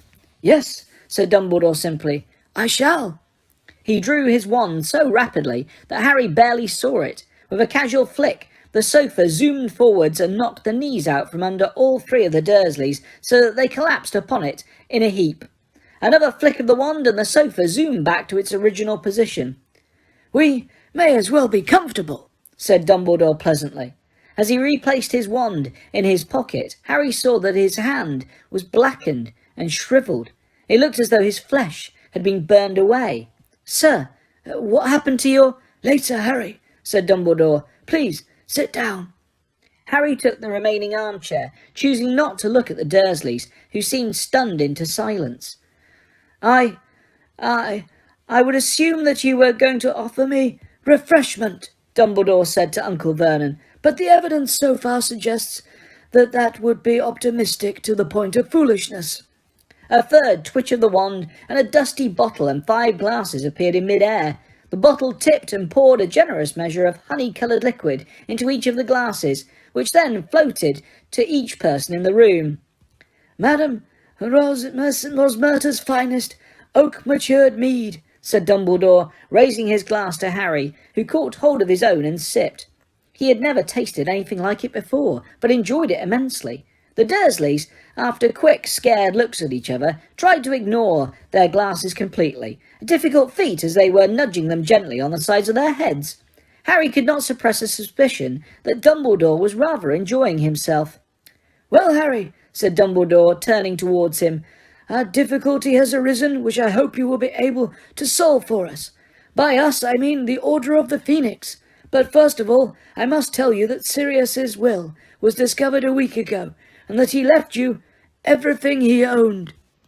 Over on the sofa, Uncle Vernon's head turned, but Harry did not look at him, nor could he think of anything to say except, right. "This is, in the main, fairly straightforward," Dumbledore went on. You add a reasonable amount of gold to your account at Gringotts, and you inherit all of Sirius's personal possessions. The slightly problematic part of the legacy—" "His godfather's dead," said Uncle Vernon loudly from the sofa. Dumbledore and Harry both turned to look at him. The glass of mead was now knocking quite insistently on the side of Vernon's head. He attempted to beat it away. "He's dead? His godfather?" "Yes," said Dumbledore. He did not ask Harry why he had not confided in the Dursleys. "Our problem," he continued to Harry, as if there had been no interruption, "is that Sirius also left you number 12, Grimmauld Place." "He's been left a house?" said Uncle Vernon greedily, his small eyes narrowing, but nobody answered him. "You can keep using it as the headquarters," said Harry. "I don't care. You can have it. I don't really want it." Harry never wanted to set foot in number 12 Grimmauld Place ever again, if he could help it. He thought he would be haunted forever by the memory of Sirius prowling its dark, musty rooms alone, imprisoned within the place he had wanted so desperately to leave.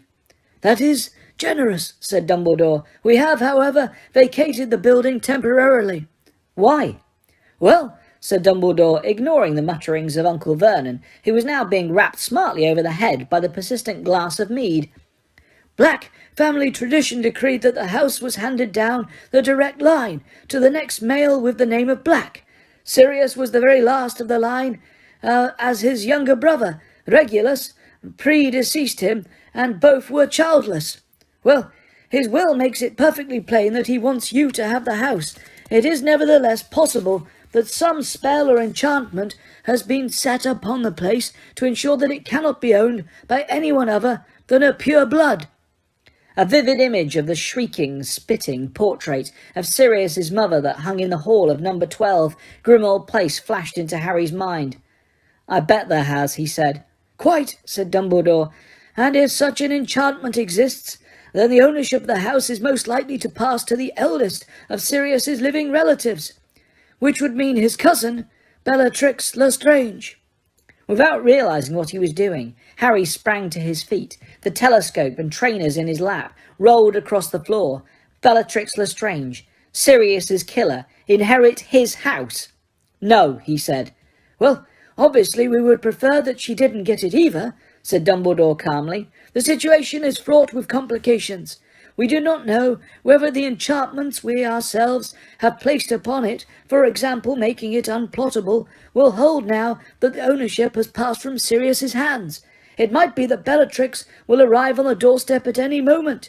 Naturally, we have to move out, and until such time as we have clarified the position." "But how are you going to find out if I'm allowed to own it?" "Fortunately," said Dumbledore, "there is a simple test." He placed his empty glass on a small table beside his chair, but before he could do anything else, Uncle Vernon shouted, "Will you get these ruddy things off us?" Harry looked around. All three of the Dursleys were cowering with their arms over their heads as their glasses bounced up and down on their skulls, the contents flying everywhere. "Oh, I'm so sorry," said Dumbledore politely, and he raised his wand again. All three glasses vanished. "But it would have been better manners to drink it, you know." It looked as though Uncle Vernon was bursting with any number of unpleasant retorts, but he merely shrank back into the cushions with Aunt Petunia and Dudley and said nothing, keeping his small piggy eyes on Dumbledore's wand. "You see," Dumbledore said, turning back to Harry, and again speaking as though Uncle Vernon had not uttered, "if you have indeed inherited the house, you have also inherited—" He flicked his wand for a fifth time. There was a loud crack, and a house elf appeared, with a snout for a nose, giant bat's ears, and enormous bloodshot eyes, crouching on the Dursleys' shag-pile carpet and covered in grimy rags. Aunt Petunia let out a hair-raising shriek. Nothing this filthy had entered her house in living memory. Dudley drew his large, bare, pink feet off the floor and sat with them raised almost above his head, as though he thought the creature might run up his pyjama trousers, and Uncle Vernon bellowed, "What the hell is that?" "Creature," finished Dumbledore. "Creature won't, creature won't, creature won't," croaked the house elf, quite as loudly as Uncle Vernon, stamping his long gnarled feet and pulling his ears. "Creature belongs to Miss Bellatrix. Oh yes, Creature belongs to the Blacks. Creature wants his new mistress. Creature won't go to the Potter brat. Creature won't. As you can see, Harry, said Dumbledore loudly, over Creature's continued croaks of won't. Creature is showing a sudden reluctance to pass into your ownership. I don't care, said Harry again, looking with disgust at the writhing, stamping house elf. I don't want him. Won't. You would prefer him to pass into the ownership of Bellatrix Lestrange, bearing in mind that he has lived at the headquarters of the Order of the Phoenix for the past year. Won't.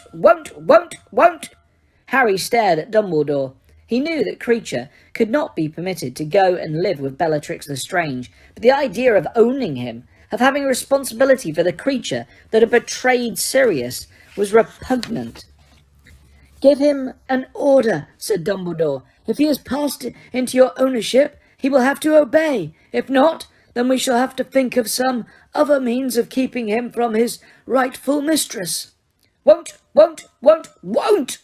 Creature's voice had risen to a scream. Harry could think of nothing to say except, Creature, shut up! He looked for a moment as though Creature was going to choke. He grabbed his throat, his mouth still working furiously, his eyes bulging. After a few seconds of frantic gulping, he threw himself face forwards onto the carpet. Aunt Petunia whimpered and beat the floor with his hands and feet, giving himself over to a violent but entirely silent tantrum. Well, that simplifies matters, said Dumbledore cheerfully. It seems that Sirius knew what he was doing. You are the rightful owner of number 12 Grimmauld Place, and of Creature. Do I have to keep him with me? Harry asked, aghast as Creature thrashed around at his feet. Not if you don't want to, said Dumbledore. If I might make a suggestion, you could send him to Hogwarts to work in the kitchen there. In that way the other house elves could keep an eye on him. Yeah, said Harry in relief. Yeah, I'll do that. Creature, I want you to go to Hogwarts and work in the kitchens there with the other house elves. Creature, who was now lying flat on his back, with his arms and legs in the air, gave Harry one upside-down look of deepest loathing, and with another loud crack, vanished. Good, said Dumbledore. There is also the matter of the hippogriff, Buckbeak.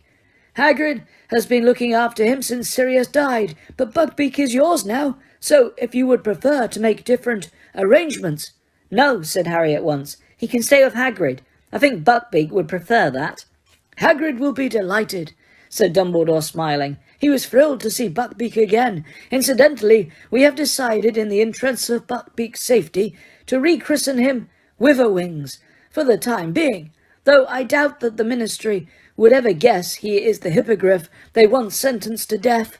Now, Harry, is your trunk packed? Doubtful that I would turn up, Dumbledore suggested shrewdly. I'll just go and finish off, said Harry hastily, hurrying to pick up his fallen telescope and trainers. It took him a little over 10 minutes to track down everything he needed. At last, he had managed to extract his invisibility cloak from under the bed, screwed one top back onto his jar of colour change ink, and forced the lid of his trunk shut on his cauldron. Then, heaving his trunk in one hand and holding Hedwig's cage in the other, he made his way back downstairs. He was disappointed to discover that Dumbledore was not waiting in the hall, which meant that he had to return to the living room.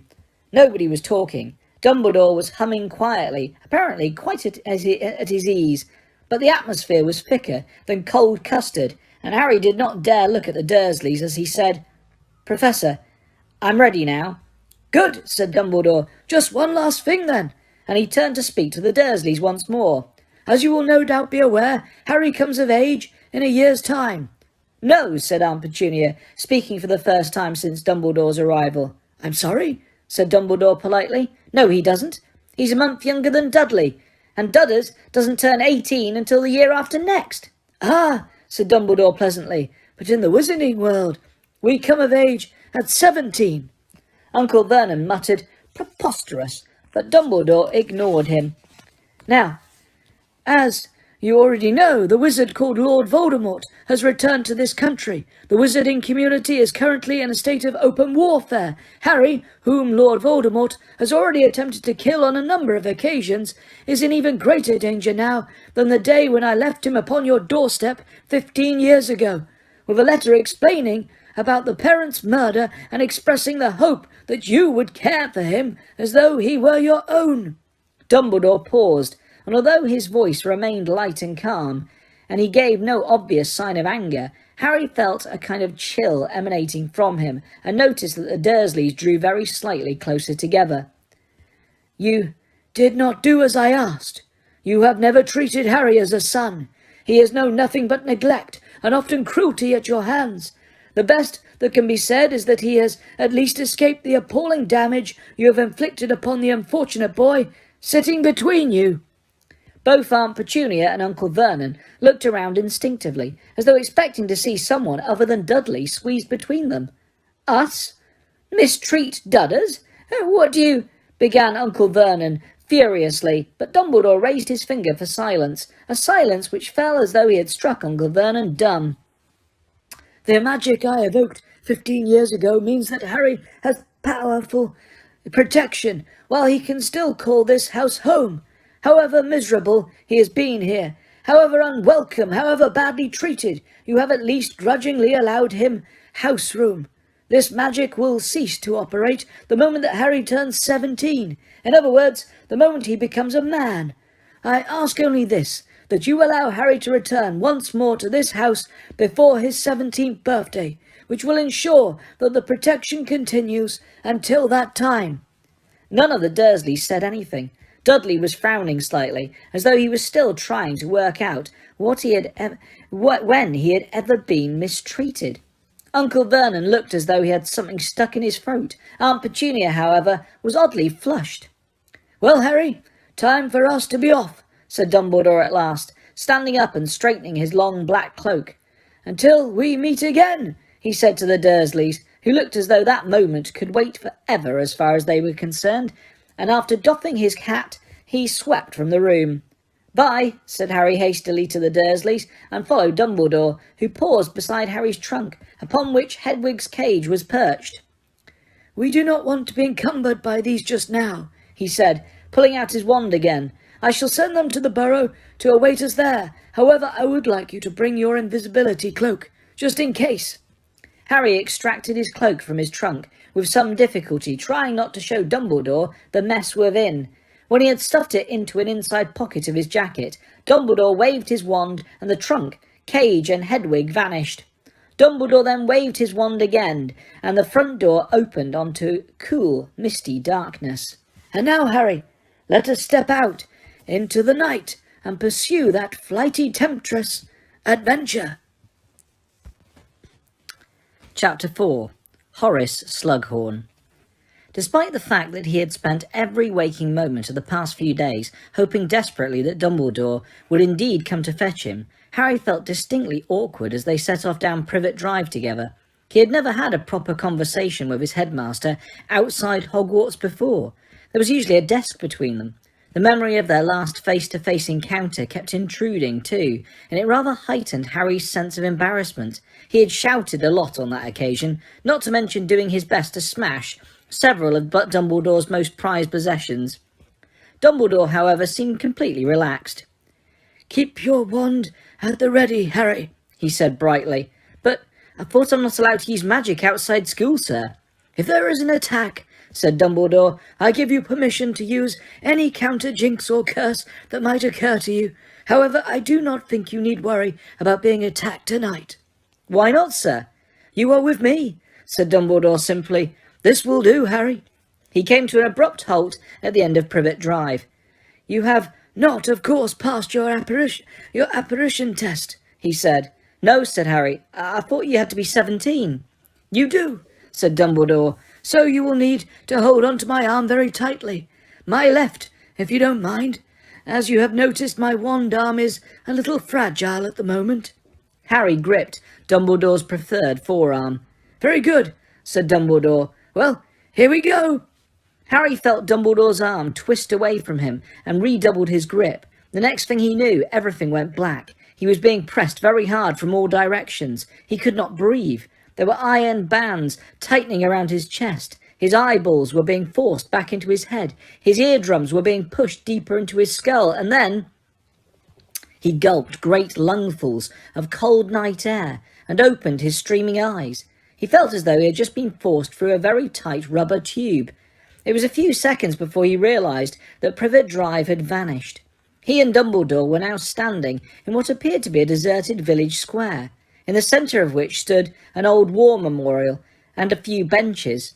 His comprehension catching up with his senses, Harry realised that he had just apparated for the first time in his life. "Are you all right?" asked Dumbledore, looking down at him solicitously. "The sensation does take some getting used to." I'm fine," said Harry, rubbing his ears, which felt as though they had left Privet Drive rather reluctantly. "But I think I might prefer brooms." Dumbledore smiled, drew his travelling cloak a little more tightly around his neck, and said, "This way." He set off at a brisk pace, past an empty inn and a few houses. According to a clock on a nearby church, it was almost midnight. "So tell me, Harry," said Dumbledore, "your scar, has it been hurting at all?" Harry raised a hand unconsciously to his forehead and rubbed the lightning-shaped mark. "No," he said, "and I've been wondering about that. I thought it would be burning all the time now Voldemort's getting so powerful again." He glanced up at Dumbledore and saw that he was wearing a satisfied expression. "I, on the other hand, thought otherwise," said Dumbledore. "Lord Voldemort has finally realised the dangerous access to his thoughts and feelings you have been enjoying. It appears that he is now employing occlumency against you." "Well, I'm not complaining," said Harry, who missed neither the disturbing dreams nor the startling flashes of insight into Voldemort's mind. They turned a corner, passing a telephone box and a bus shelter. Harry looked sideways at Dumbledore again. "Professor?" "Harry?" Where exactly are we?" "This, Harry, is the charming village of Budleigh Babbitton." "And what are we doing here?" "Ah, yes, of course, I haven't told you," said Dumbledore. "Well, I have lost count of the number of times I have said this in recent years, but we are, once again, one member of staff short. We are here to persuade an old colleague of mine to come out of retirement and return to Hogwarts." "How can I help with that, sir?" "Oh, I think we'll find a use for you," said Dumbledore vaguely. "Left here, Harry." They proceeded up a steep, narrow street lined with houses. All the windows were dark. The odd chill that had lain over Privet Drive for 2 weeks persisted here too. Thinking of Dementors, Harry cast a look over his shoulder and grasped his wand reassuringly in his pocket. "Professor, why couldn't we just apparate directly into your old colleague's house?" "Because it would be quite as rude as kicking down the front door," said Dumbledore. "Courtesy dictates that we offer fellow wizards the opportunity of denying us entry. In any case, most wizarding dwellings are magically protected from unwanted apparators. At Hogwarts, for instance." "You can't apparate anywhere inside the buildings or grounds," said Harry quickly. "Hermione Granger told me." "And she is quite right. We turn left again." The church clock chimed midnight behind them. Harry wondered why Dumbledore did not consider it rude to call on his old colleague so late. But now that conversation had been established, he had more pressing questions to ask. "Sir, I saw in the Daily Prophet that Fudge has been sacked." "Correct," said Dumbledore, now turning up a steep side street. "He has been replaced, as I am sure you also saw, by Rufus Scrimgeour, who used to be head of the Auror Office." "Is he? Do you think he's good?" asked Harry. "An interesting question," said Dumbledore. "He is able, certainly. A more decisive and forceful personality than Cornelius." "Yes, but I meant—" "I know what you meant. Rufus is a man of action, and having fought dark wizards for most of his working life, does not underestimate Lord Voldemort." Harry waited, but Dumbledore did not say anything about the disagreement with Scrimgeour that the Daily Prophet had reported, and he did not have the nerve to pursue the subject, so he changed it. "And, sir, I saw about Madame Bones." "Yes," said Dumbledore quietly. "A terrible loss. She was a great witch. Just up here, I think. Ouch!" He had pointed with his injured hand. "Professor, what happened to your—" "I have no time to explain now," said Dumbledore. "It's a thrilling tale. I wish to do it justice."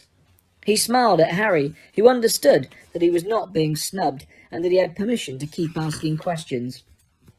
"Sir, I got a Ministry of Magic leaflet by Al about security measures we should all take against the Death Eaters." "Yes, I received one myself," said Dumbledore, still smiling. "Did you find it useful?" "Not really." "No, I thought not. You have not asked me, for instance, what is my favourite flavour of jam, to check that I am indeed Professor Dumbledore, and not an impostor." "I didn't," Harry began, not entirely sure whether he was being reprimanded or not. "For future reference, Harry, it is raspberry. Although, of course, if I were a Death Eater, I would have been sure to research my own jam preferences before impersonating myself." Right," said Harry. "Well, on that leaflet, it said something about in theory. What exactly are they? The leaflet wasn't very clear." "They are corpses," said Dumbledore calmly. "Dead bodies that have been bewitched to do a dark wizard's bidding. In theory have not been seen for a long time. However, not since Voldemort was last powerful. He killed enough people to make an army of them, of course. This is the place, Harry, just here." They were nearing a small, neat stone house set in its own garden. Harry was too busy digesting the horrible idea of in theory to have much attention left for anything else.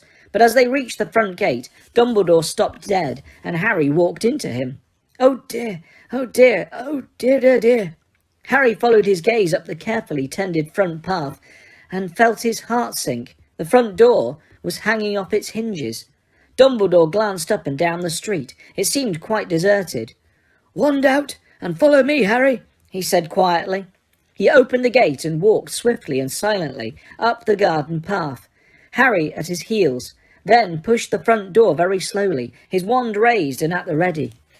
"Lumos!" Dumbledore's wand tip ignited, casting its light up a narrow hallway. To the left another door stood open. Holding his illuminated wand aloft, Dumbledore walked into the sitting room, with Harry right behind him. A scene of total devastation met their eyes. A grandfather clock lay splintered at their feet, its face cracked, its pendulum lying a little further away like a dropped sword. A piano was on its side, its keys strewn across the floor. The wreckage of a fallen chandelier glittered nearby. Cushions lay deflated, feathers oozing from slashes in their sides. Fragments of glass and china lay like powder over everything. Dumbledore raised his wand even higher, so that its light was thrown upon the walls, where something darkly red and glutinous was spattered over the wallpaper. Harry's small intake of breath made Dumbledore look around. "Not pretty, is it?" he said heavily. "Yes, something horrible has happened here." Dumbledore moved carefully into the middle of the room, scrutinizing the wreckage at his feet. Harry followed, gazing around, half scared of what he might see hidden behind the wreck of the piano or the overturned sofa. But there was no sign of a body. "Maybe there was a fight and they dragged him off, Professor," Harry suggested, trying not to imagine how badly wounded a man would have to be to leave those stains spattered halfway up the walls. "I don't think so," said Dumbledore quietly, peering behind an overstuffed armchair lying on its side. "You mean he's still here somewhere?" "Yes." And without warning, Dumbledore swooped, plunging the tip of his wand into the seat of the overstuffed armchair, which yelled, "Ouch!" "Good evening, Horace," said Dumbledore, straightening up again. Harry's jaw dropped. Where a split second before there had been an armchair, there now crouched an enormously fat, bald old man who was massaging his lower belly and squinting up at Dumbledore with an aggrieved and watery eye. "There was no need to stick the wand in that hard," he said gruffly, clambering to his feet. "It hurt." The wand light sparkled on his shiny pate, his prominent eyes, his enormous silver walrus-like moustache, and the highly polished buttons on his maroon velvet jacket he was wearing over a pair of lilac silk pyjamas. The top of his head barely reached Dumbledore's chin. "What gave it away?" he grunted as he staggered to his feet, still rubbing his lower belly. He seemed remarkably unabashed for a man who had just been discovered pretending to be an armchair. "My dear Horace," said Dumbledore, looking amused, "if the Death Eaters really had come to call, the dark mark would have been set over the house." The wizard clapped a pudgy hand to his vast forehead. "The dark mark," he muttered. "Knew there was something. Ah, well, wouldn't have had time anyway. I'd only just put the finishing touches to my upholstery when you entered the room." He heaved a great sigh that made the ends of his moustache flutter. "Would you like any assistance clearing up?" asked Dumbledore politely. "Please," said the other. They stood back to back, the tall, thin wizard and the short, round one, and waved their wands in one identical sweeping motion. The furniture flew back to its original place. Ornaments reformed in mid-air, feathers zoomed into their cushions, torn books repaired themselves as they landed upon their shelves, oil lanterns soared onto the side tables and reignited. A vast collection of splintered silver picture frames flew glittering across the room and alighted, whole and untarnished. Upon a desk, rips, cracks and holes healed everywhere, and the walls wiped themselves clean. "What kind of blood was that, incidentally?" asked Dumbledore loudly over the chiming of the newly unsmashed grandfather clock. "On the walls? Dragon!" shouted the wizard called Horace, as, with a deafening grinding and tinkling, the chandelier screwed itself back into the ceiling. There was a final plunk from the piano, and silence. "Yes, dragon," repeated the wizard conversationally. "My last bottle, and prices are sky high at the moment. Still, it might be reusable." He stumped over to a small crystal bottle standing on top of a sideboard and held it up to the light, examining the thick liquid within. Bit dusty. So he set the bottle back on the sideboard and sighed. It was then that his gaze fell upon Harry. "Oh!" he said, his large round eyes flying to Harry's forehead and the lightning-shaped scar it bore. "Oh-ho!" "This," said Dumbledore, moving forwards to make the introduction, "is Harry Potter. Harry, this is an old friend and colleague of mine, Horace Slughorn." Slughorn turned on Dumbledore, his expression shrewd. "So that's how you thought you'd persuade me, is it? Well, the answer's no, Albus." He pushed past Harry, his face turned resolutely away with the air of a man trying to resist temptation. "I suppose we can have a drink at least?" asked Dumbledore, "for old time's sake." Slughorn hesitated. "All right then, one drink," he said ungraciously. Dumbledore smiled at Harry and directed him towards a chair not unlike the one that Slughorn had so recently impersonated, which stood right beside the newly burning fire and a brightly glowing oil lamp. Harry took the seat with the distinct impression that Dumbledore, for some reason, wanted to keep him as visible as possible. Certainly when Slughorn, who had been busy with decanters and glasses, turned to face the room again, his eyes fell immediately upon Harry. He said, looking very quickly as though frightened of hurting his eyes. "Here!" He gave a drink to Dumbledore, who had sat down without invitation, thrust the tray at Harry, and then sank into the cushions of the repaired sofa and a disgruntled silence. His legs were so short that he did not touch the floor. "Well, how have you been keeping, Horace?" Dumbledore asked. "Not so well," said Slughorn at once. "Weak chest, wheezy. Rheumatism too. Can't move like I used to. Well, that's to be expected. Old age, fatigue." "And yet you must have moved fairly quickly to prepare such a welcome for us at such short notice," said Dumbledore. "You can't have had more than 3 minutes' warning." Slughorn said, half irritably, half proudly, "2. Didn't hear any intruder or charm go off. I was taking a bath still," he added sternly, seeming to pull himself back together again. "The fact remains that I'm an old man, Albus, a tired old man who's earned the right to a quiet life and a few creature comforts." He certainly had those, thought Harry, looking around the room. It was stuffy and cluttered, yet nobody could say it was uncomfortable. There were soft chairs and footstools, drinks and books, boxes of chocolates and plump cushions. If Harry had not known who lived there, he would have guessed at a rich, fussy old lady. "You're not as old as I am, Horace," said Dumbledore. "Well, maybe you ought to think about retirement yourself," said Slughorn bluntly. His pale gooseberry eyes had found Dumbledore's injured hand. "Reactions not what they were, I see." "You're quite right," said Dumbledore serenely, shaking back his sleeve to reveal the tips of those burned and blackened fingers. The sight of them made the back of Harry's neck prickle unpleasantly. "I'm undoubtedly slower than I was, but on the other hand—" He shrugged and spread his hands wide, as though to say that age had its compensations, and Harry noticed a ring on his uninjured hand that he had never seen Dumbledore wear before. It was large, rather clumsily made of what looked like gold, and was set with a heavy black stone that had cracked down the middle. Slughorn's eyes lingered for a moment on the ring too, and Harry saw a tiny frown momentarily crease his wide forehead. So, all these precautions against intruders, Horace, are they for the Death Eater's benefit, or mine? Asked Dumbledore. What would the Death Eaters want with a poor broken-down old buffer like me? Demanded Slughorn. I imagine that they would want you to turn your considerable talents to coercion, torture, and murder, said Dumbledore. Are you really telling me that they haven't come recruiting yet? Slughorn eyed Dumbledore balefully for a moment, and then muttered, I haven't given them the chance. I've been on the move for a year, never stay in one place more than a week. Move from Muggle house to Muggle house. The owners of the place are on holiday in the Canary Islands. It's been very pleasant. I'll be sorry to leave. It's quite easy once you know how. One simple freezing charm on those absurd burglar alarms they use instead of sneakoscopes, and make sure the neighbours don't spot you bringing in the piano. Ingenious, said Dumbledore, but it sounds a rather tiring existence for a broken-down old buffer in search of a quiet life. Now, if you were to return to Hogwarts... If you're going to tell me my life would be more peaceful at that pestilential school, you can save your breath, Albus.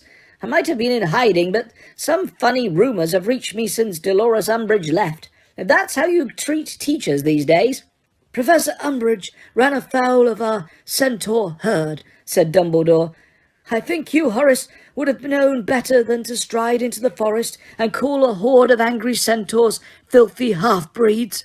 That's what she did she? Said Slughorn. Idiotic woman. Never liked her. Harry chuckled, and both Dumbledore and Slughorn looked around at him. Sorry, Harry said hastily. It's just I didn't like her either. Dumbledore stood up rather suddenly. Are you leaving? Asked Slughorn at once, looking hopeful. No, I was wondering whether I might use your bathroom, said Dumbledore. Oh, said Slughorn, clearly disappointed. Second on the left down the hall. Dumbledore crossed the room. Once the door had closed behind him, there was a silence. After a few moments, Slughorn got to his feet, but seemed uncertain what to do with himself. He shot a furtive look at Harry, then strode to the fire and turned his back on it, warming his wide behind. Don't think I don't know why he's brought you, he said abruptly. Harry merely looked at Slughorn. Slughorn's watery eyes slid over Harry's scar, this time taking in the rest of his face. You look very like your father. Yeah, I've been told, said Harry. Except your eyes. You've got... My mother's eyes, yeah. Harry had heard this so often he found it a bit wearing. Yes, well, you shouldn't have favourites as a teacher, of course, but she was one of mine, your mother, Slughorn added in an answer to Harry's questioning look. Lily Evans, one of the brightest I ever taught. Vivacious, you know, charming girl. I used to tell her she ought to have been in my house. Very cheeky answers I used to get back too. Which was your house? I was head of Slytherin, said Slughorn. Oh, now, he went on quickly, seeing the expression on Harry's face, and wagging a stubby finger at him. Don't go holding that against me. You'll be Gryffindor like her, I suppose. Yes, it's usually goes in families. Not always, though. Ever heard of Sirius Black? You must have done. Been in the papers for the last couple of years. Died a few weeks ago. It was as though an invisible hand had twisted Harry's intestines and held them tight. Well, anyway, he was a big pal of your father's at school. The whole Black family had been in my house, but Sirius ended up in Gryffindor. Shame. He was a talented boy. I got his brother Regulus when he came along, but I'd have liked the set. He sounded like an enthusiastic collector who had been outbid at auction. Apparently lost in memories, he gazed at the opposite wall, turning idly on the spot to ensure an even heat on his backside. Your mother was Muggle-born, of course. Couldn't believe it when I found out. Thought she must have been pure-blood. She was so good. One of my best friends is Muggle-born, said Harry, and she's the best in our year. Funny how that sometimes happens, isn't it? Said Slughorn. Not really, said Harry coldly. Slughorn looked down at him in surprise. You mustn't think I'm prejudiced, he said. No. Haven't I just said your mother was one of my all-time favourite students? And there was Dirk Cresswell in the year after her, too. Now head of the Goblin Liaison Office, of course. Another Muggle-born, a very gifted student, and still gives me excellent inside information on the goings-on at Gringotts.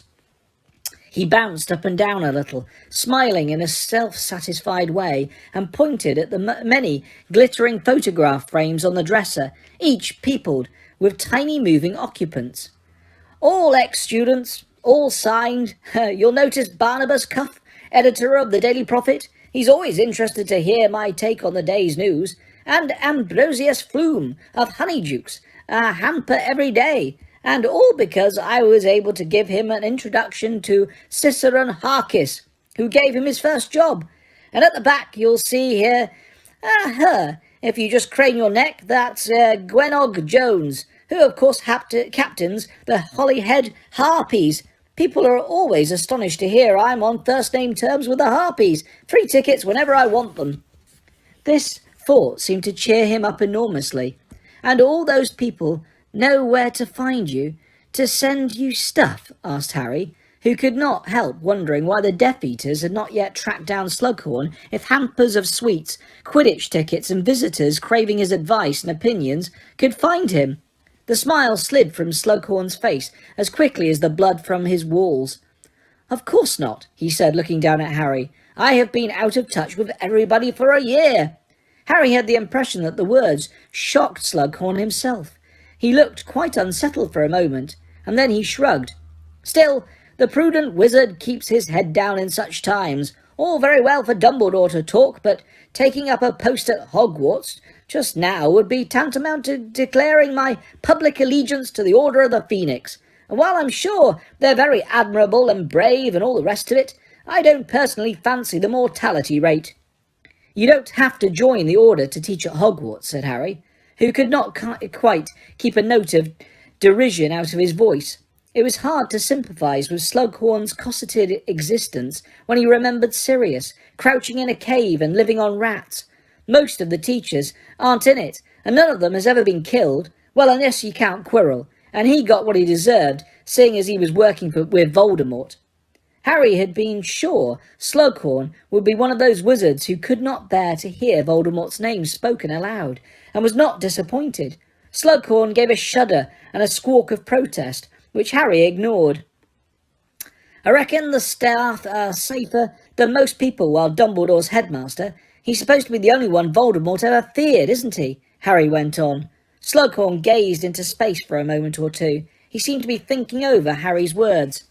Well, yes, it is true that he who must not be named has never sought a fight with Dumbledore, he muttered grudgingly, and I suppose one could argue that as I have not joined the Death Eaters, he who must not be named can hardly count me a friend, in which case I might well be safer a little closer to Albus. I cannot pretend that Amelia Bones' death did not shake me. If she, with all her ministry contacts and protection— Dumbledore re-entered the room, and Slughorn jumped as though he had forgotten he was in the house. Oh, there you are, Albus, he said. You've been a very long time. Upset stomach? No, I was merely reading the Muggle magazines, said Dumbledore. I do love knitting patterns. Well, Harry, we have trespassed upon Horace's hospitality quite long enough. I think it is time for us to leave.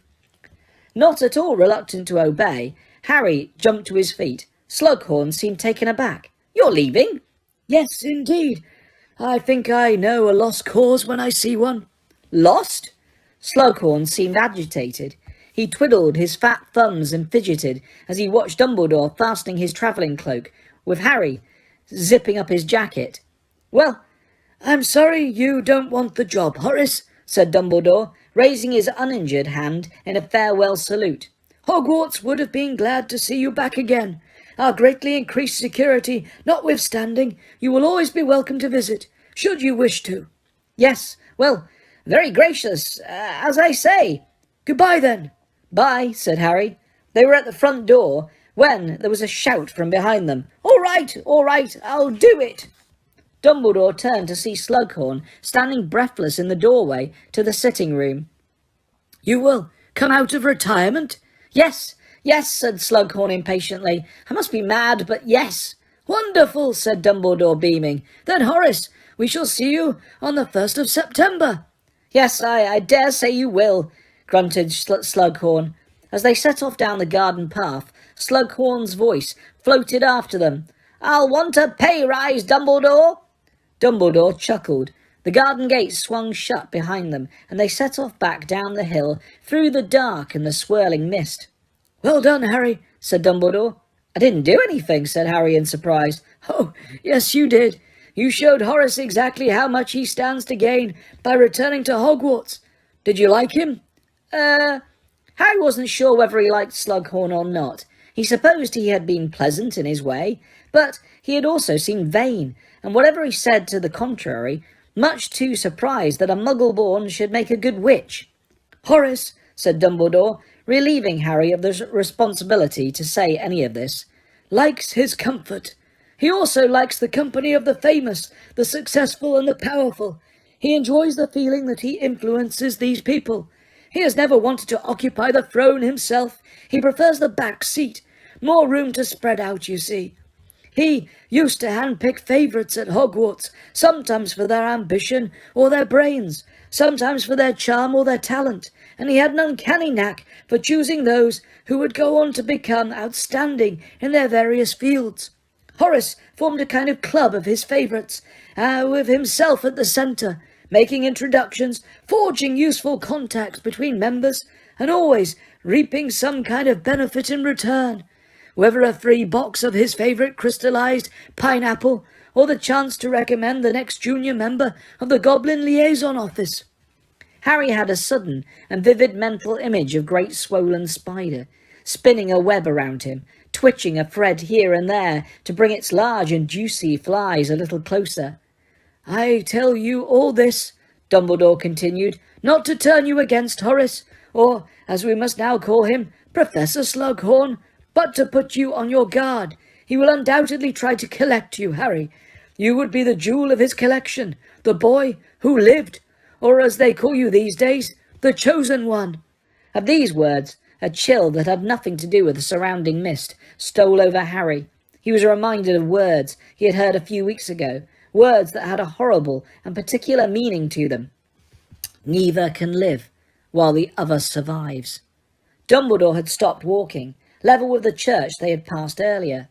"This will do, Harry, if you will grasp my arm." Braced this time, Harry was ready for the apparition, but still found it unpleasant. When the pressure disappeared and he found himself able to breathe again, he was standing in a country lane beside Dumbledore and looking ahead to the crooked silhouette of his second favourite building in the world, the Burrow. In spite of the feeling of dread that had just swept through him, his spirits could not help but lift at the sight of it. Ron was in there, and so was Mrs. Weasley, who could cook better than anyone he knew.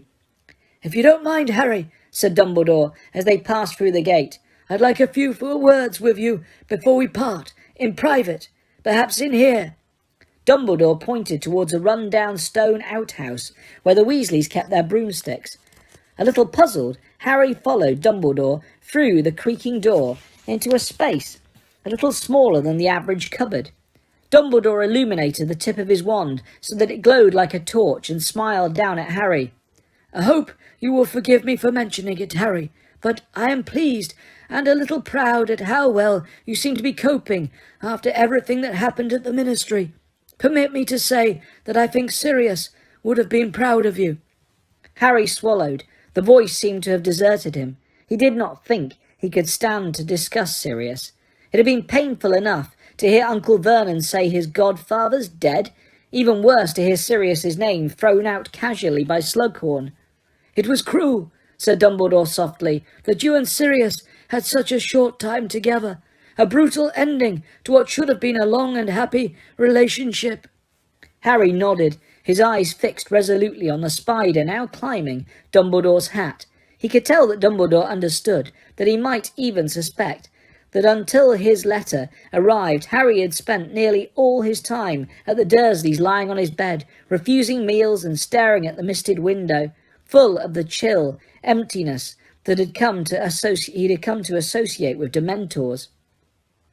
"It's just hard," Harry said finally in a low voice, "to realise he won't write to me again."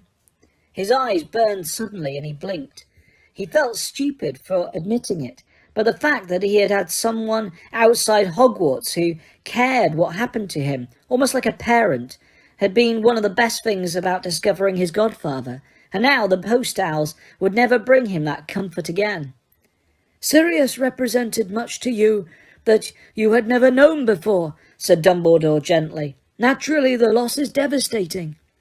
But while I was at the Dursleys, interrupted Harry, his voice growing stronger, I realised I can't shut myself away or crack up. Sirius wouldn't have wanted that, would he? And anyway, life's too short. Look at Madame Bones, look at Emmeline Vance. It could be me next, couldn't it? But if it is, he said fiercely, now looking straight into Dumbledore's blue eyes, gleaming in the wand light, I'll make sure I take as many Death Eaters with me as I can, and Voldemort too, if I can manage it. Spoken both like your mother and father's son, and Sirius is true godson, said Dumbledore, with an approving pat on Harry's back. I take my hat off to you, or I would, if I were not afraid of showering you in spiders. And now, Harry, on a closely related subject, I gather that you have been taking the Daily Prophet over the last 2 weeks. Yes, said Harry, and his heart beat a little faster. Then you will have seen that there have been not so much leaks as floods concerning your adventure in the Hall of Prophecy. Yes, said Harry again, and now everyone knows that I'm the one. No, they do not, interrupted Dumbledore. There are only 2 people in the world, the whole world, who know the full contents of the prophecy made about you and Lord Voldemort, and they are both standing in this smelly, spidery broom shed. It is true, however, that many have guessed correctly that Voldemort sent his Death Eaters to steal a prophecy, and that the prophecy concerned you. Now, I think I am correct in saying that you have not told anybody that you know what the prophecy said. No, said Harry. A wise decision on the whole, said Dumbledore, although I think you ought to relax it in favour of your friends, Mr. Ronald Weasley and Miss Hermione Granger. Yes, he continued, when Harry looked startled. I think they ought to know. You do them a disservice by not confiding something this important to them. I didn't want to worry or frighten them, said Dumbledore, surveying Harry over the top of his half-moon spectacles, or perhaps to confess that you yourself are worried and frightened. You need your friends, Harry. And so, you so rightly said, Sirius would not have wanted you to shut yourself away. Harry said nothing, but Dumbledore did not seem to require an answer. He continued, On a different, though related subject, it is my wish that you take private lessons with me this year. Private? With you? Said Harry, surprised out of his preoccupied silence. Yes, I think it is time that I took a greater hand in your education. What will you be teaching me, sir? Oh, a little of this, a little of that, said Dumbledore airily. Harry waited hopefully, but Dumbledore did not elaborate, so he asked something else that had been bothering him slightly. If I'm having lessons with you, I won't have to do occlumency lessons with Snape, will I? Professor Snape, Harry. And no, you will not. Good, said Harry in relief, because they were a... He stopped, careful not to say what he really thought. I think the word fiasco would be a good one here, said Dumbledore, nodding. Harry laughed. Well, that means I won't see much of Professor Snape from now on, he said, because he won't let me carry on potions unless I get outstanding in my owl, which I know I haven't. Don't count your owls before they are delivered, said Dumbledore gravely, which, now I think of it, ought to be some time later today. Now, 2 more things, Harry, before we part. Firstly, I wish you to keep your invisibility cloak with you at all times from this moment onwards, even within Hogwarts itself, just in case, you understand me? Harry nodded. And lastly, while you stay here, the Burrow has been given the highest security the Ministry of Magic can provide. These measures have caused a certain amount of inconvenience to Arthur and Molly. All their post, for instance, is being searched at the Ministry before being sent on. They do not mind in the slightest, for their only concern is your safety. However, it would be poor repayment if you risked your neck while staying with them. I understand, said Harry quickly. Very well then, said Dumbledore, pushing open the broom shed door and stepping out into the yard. I see a light in the kitchen. Let us not deprive Molly any longer of the chance to deplore how thin you are. Chapter 5. An excess of phlegm. Harry and Dumbledore approached the back door of the burrow, which was surrounded by the familiar litter of old Wellington boots and rusty cauldrons. Harry could hear the soft clucking of sleepy chickens coming from the distant shed. Dumbledore knocked 3 times, and Harry saw sudden movement behind the kitchen window. "Who's there?" said a nervous voice that he recognised as Mrs. Weasley's. "Declare yourself." "It is I, Dumbledore, bringing Harry." The door opened at once. There stood Mrs. Weasley, short, plump, and wearing an old green dressing gown. "Harry, dear, gracious Albus, you gave me a fright. You said not to expect you before morning." "We were lucky," said Dumbledore, ushering Harry over the threshold. "Slughorn proved much more pleasurable and persuadable than I had expected. Harry's doing, of course. Ah, hello, Nymphadora." Harry looked around and saw that Mrs. Weasley was not alone, despite the lateness of the hour. A young witch with a pale, heart-shaped face and mousy brown hair was sitting at the table, clutching a large mug between her hands. "Hello, Professor," she said. "Watcha, Harry." "Hi, Tonks." Harry thought she looked drawn, even ill, and there was something forced in her smile. Certainly her appearance was less colourful than usual, without her customary shade of bubblegum pink hair. "I'd better be off," she said quickly, standing up and pulling her cloak around her shoulders. "Thanks for the tea and sympathy, Molly." "Please don't leave on my account," said Dumbledore courteously. "I cannot stay. I have urgent matters to discuss with Rufus Scrimger." No, I need to get going," said Tonks, not meeting Dumbledore's eyes. "Night." "Dear, why not come to dinner at the weekend? Remus and Mad Eye are coming." "No, really, Molly, thanks anyway. Good night, everyone." Tonks hurried past Dumbledore and Harry into the yard. A few paces beyond the doorstep, she turned on the spot and vanished into thin air. Harry noticed that Mrs. Weasley looked troubled. "Well, I shall see you at Hogwarts, Harry," said Dumbledore. "Take care of yourself, Molly. Your servant." He made Mrs. Weasley a bow and followed Tonks, vanishing at precisely the same spot. Mrs. Weasley closed the door on the empty yard and then steered Harry by the shoulders into the full glow of the lantern on the table to examine his appearance.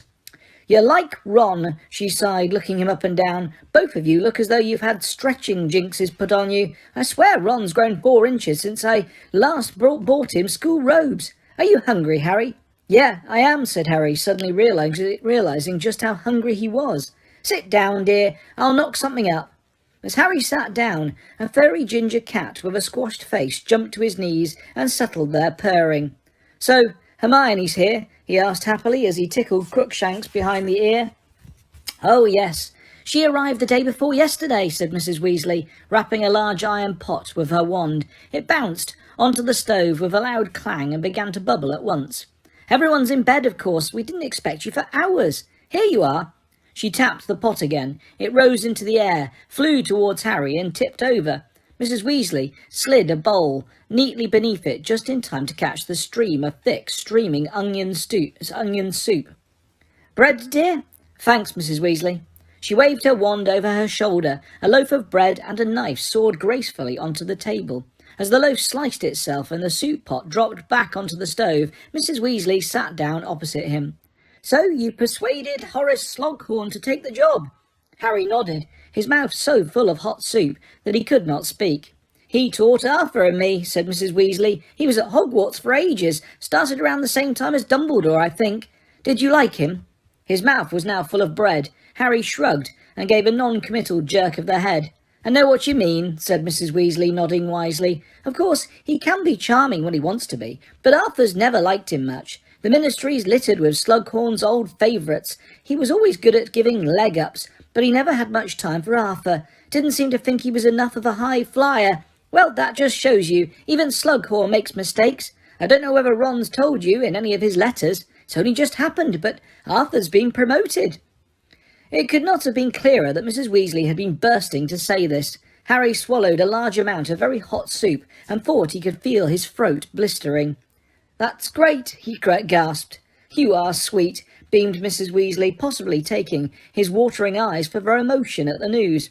"Yes, Rufus Scrimger has set up several new offices in response to the present situation, and Arthur's heading the office for detection and confiscation of counterfeit defensive spells and protective objects. It's a big job. He's got 10 people reporting to him now."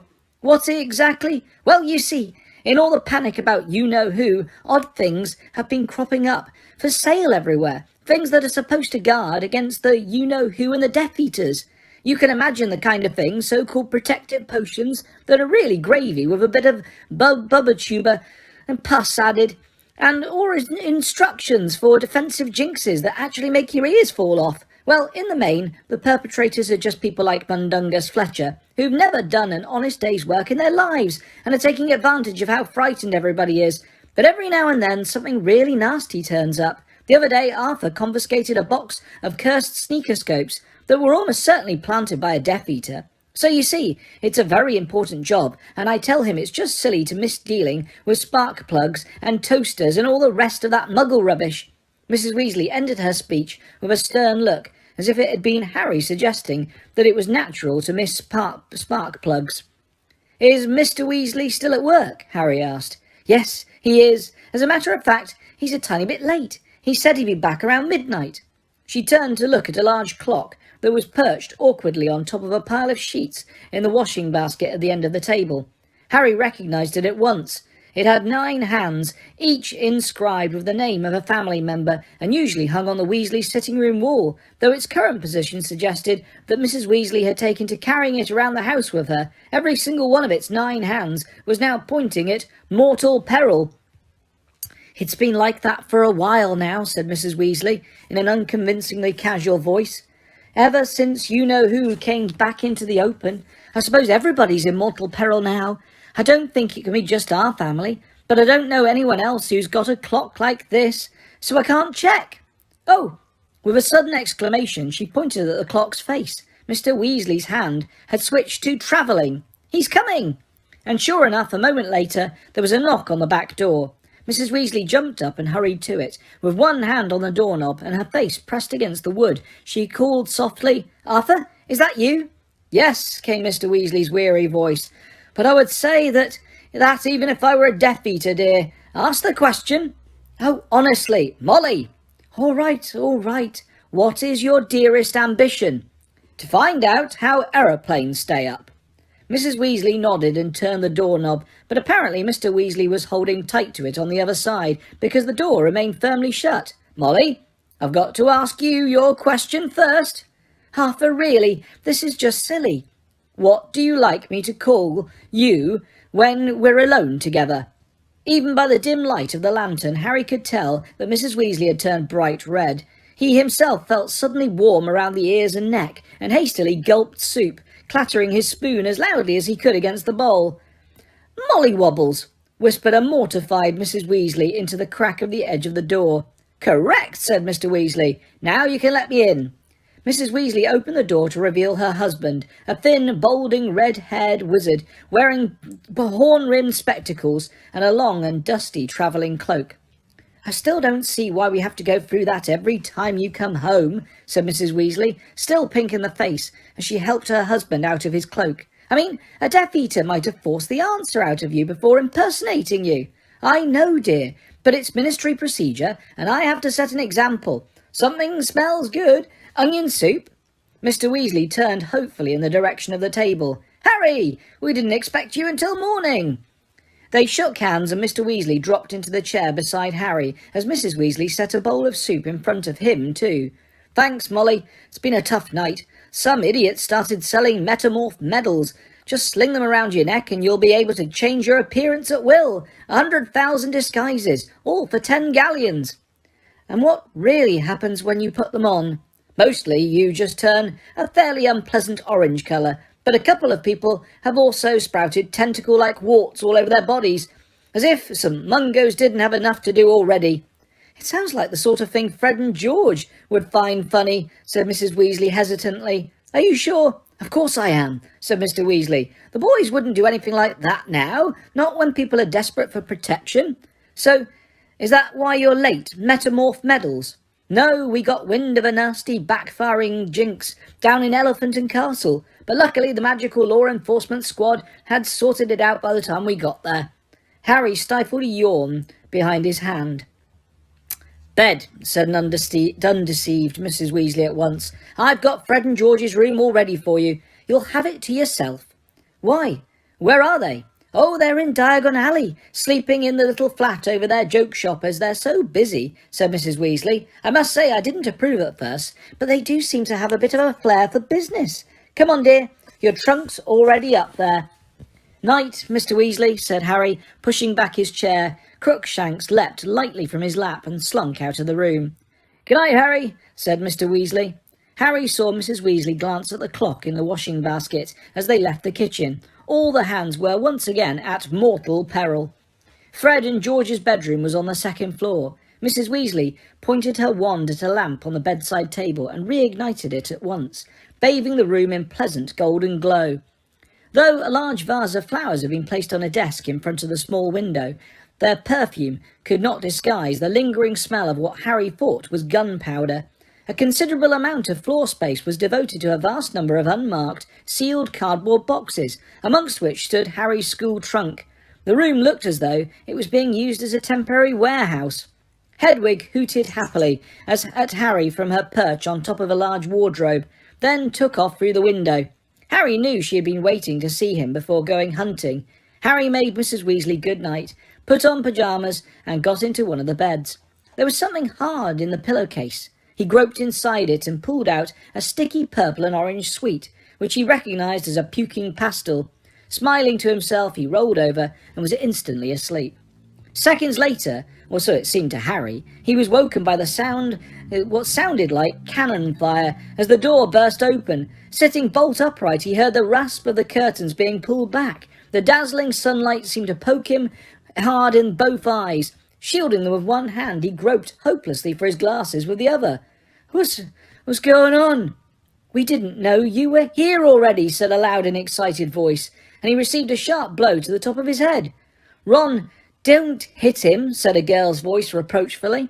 Harry's hand found his glasses, and he shoved them on, though the light was so bright he could hardly see anyway. A long, looming shadow quivered in front of him for a moment. He blinked, and Ron Weasley came into focus, grinning down at him. All right? Never been better, said Harry, rubbing the top of his head and slumping back onto his pillows. You? Not bad, said Ron, pulling over a cardboard box and sitting on it. When did you get here? Mum's only just told us. About 1 o'clock this morning. Were the Muggles all right? Did they treat you okay? Same as usual, said Harry, as Hermione perched herself on the edge of his bed. They didn't talk to me much, but I like it better that way. How are you, Hermione? Oh, I'm fine, said Hermione, who was scrutinising Harry as though he was sickening for something. He thought he knew what was behind this, and, as he had no wish to discuss Sirius's death or any other miserable subject at the moment, he said, What's the time? Have I missed breakfast? Don't worry about that. Mum's bringing you up a tray. She reckons you look underfed, said Ron, rolling his eyes. So, what's been going on? Nothing much. I've just been stuck at my aunt and uncle's, haven't I? Come off it, said Ron. You've been off with Dumbledore. It wasn't that exciting. He just wanted me to help him persuade this old teacher to come out of retirement. His name's Horace Slughorn. Oh, said Ron, looking disappointed. We thought... Hermione flashed a warning look at Ron, and Ron changed tack at top speed. We thought it'd be something like that. You did, said Harry, amused. Yeah, now Umbridge has left. Obviously we need a new Defence Against the Dark Arts teacher, don't we? So, what's he like? He looks a bit like a walrus, and he used to be head of Slytherin, said Harry. Something wrong, Hermione? She was watching him as though expecting strange symptoms to manifest themselves at any moment. She rearranged her features hastily in an unconvincing smile. No, of course not. So, did Slughorn seem like he'll be a good teacher? Dunno, said Harry. He can't be worse than Umbridge, can he? I know someone who's worse than Umbridge, said a voice from the doorway. Ron's younger sister slouched into the room, looking irritable. Hi, Harry. What's up with you? Ron asked. It's her, said Ginny, plonking herself down on Harry's bed. She's driving me mad. What's she done now? Asked Hermione sympathetically. It's the way she talks to me. You'd think I was about 3. I know, said Hermione, dropping her voice. She's so full of herself. Harry was astonished to hear Hermione talking about Mrs. Weasley like this, and could not blame Ron for saying angrily, Can't you two lay off her for 5 seconds? Oh, that's right, defend her, snapped Ginny. We all know you can't get enough of her. This seemed an odd comment to make about Ron's mother. Starting to feel that he was missing something, Harry said, Who are you? But his question was answered before he could finish it. The bedroom door flew open again, and Harry instinctively yanked the bedcovers up to his chin so hard that Hermione and Ginny slid off the bed onto the floor. A young woman was standing in the doorway, a woman of such breathtaking beauty that the room seemed to have become strangely airless. She was tall and willowy, with long blonde hair, and appeared to emanate a faint, silvery glow. To complete the vision of perfection, she was carrying a heavily laden breakfast tray. "Harry," she said in a throaty voice, "it has been too long." As she swept over the threshold towards him, Mrs. Weasley was revealed, bobbing along in her wake, looking rather cross. "There was no need to bring up the tray. I was just about to do it myself." "It was no trouble," said Fleur Delacour, setting the tray across Harry's knees and then swooping to kiss him on each cheek. He felt the places where her mouth had touched him burn. "I have been longing to see him. You remember my sister, Gabrielle? She never stops talking about Harry Potter. She will be delighted to see you again." "Oh, is she here too?" Harry croaked. No, silly boy," said Fleur with a tinkling laugh. "I mean next summer, when we... But do you not know?" Her great blue eyes widened and she looked reproachfully at Mrs. Weasley, who said, "We hadn't got around to telling him yet." Fleur turned back to Harry, swinging her silvery sheet of hair so that it whipped Mrs. Weasley across the face. "Bill and I are going to be married." "Oh," said Harry blankly. He could not help noticing how Mrs. Weasley, Hermione and Ginny were all determinedly avoiding each other's gaze. "Wow, congratulations." She swooped down upon him and kissed him again. "Bill is very busy at the moment, working very hard, and only work part-time at Gringotts for my English, so he brought me here for a few days to get to know his family properly. I was so pleased to hear you would be coming. There isn't much to do here, unless you like cooking and chickens. Well, enjoy your breakfast, Harry." With those words she turned gracefully and seemed to float out of the room, closing the door quietly behind her. Mrs. Weasley made a noise that sounded like... "Mum hates her," said Ginny quietly. "I do not hate her," said Mrs. Weasley in a cross whisper. "I just think they've hurried into this engagement, that's all." "They've known each other over a year," said Ron, who looked oddly groggy and was staring at the closed door. "Well, that's not very long. I know why it's happened, of course. It's all this uncertainty with you-know-who coming back. People think they might be dead tomorrow, so they're rushing all sorts of decisions they'd normally take time over. It was the same last time he was powerful. People eloping left, right and centre." "Including you and Dad," said Ginny shyly. "Yes, well, your father and I were made for each other. What was the point in waiting?" said Mrs. Weasley. "Whereas Bill and Fleur, well, what have they really got in common? He's a hard-working, down-to-earth sort of person, whereas she's..." "A cow," said Ginny, nodding. "But Bill's not that down-to-earth. He's a curse-breaker, isn't he? He likes a bit of adventure, a bit of glamour. I expect that's why he's gone for phlegm." "Stop calling her that, Ginny," said Mrs. Weasley sharply, as Harry and Hermione laughed. "Well, I'd better get on. Eat your eggs while they're warm, Harry." Looking careworn, she left the room. Ron still seemed slightly punch-drunk. He was shaking his head experimentally like a dog trying to rid its ears of water. "Don't you get used to her if she's staying in the same house?" Harry asked. "Well, you do," said Ron. "But if she jumps out at you unexpectedly like that, then..." "It's pathetic," said Hermione furiously, striding away from Ron as far as she could go and turning to face him with her arms folded once she had reached the wall.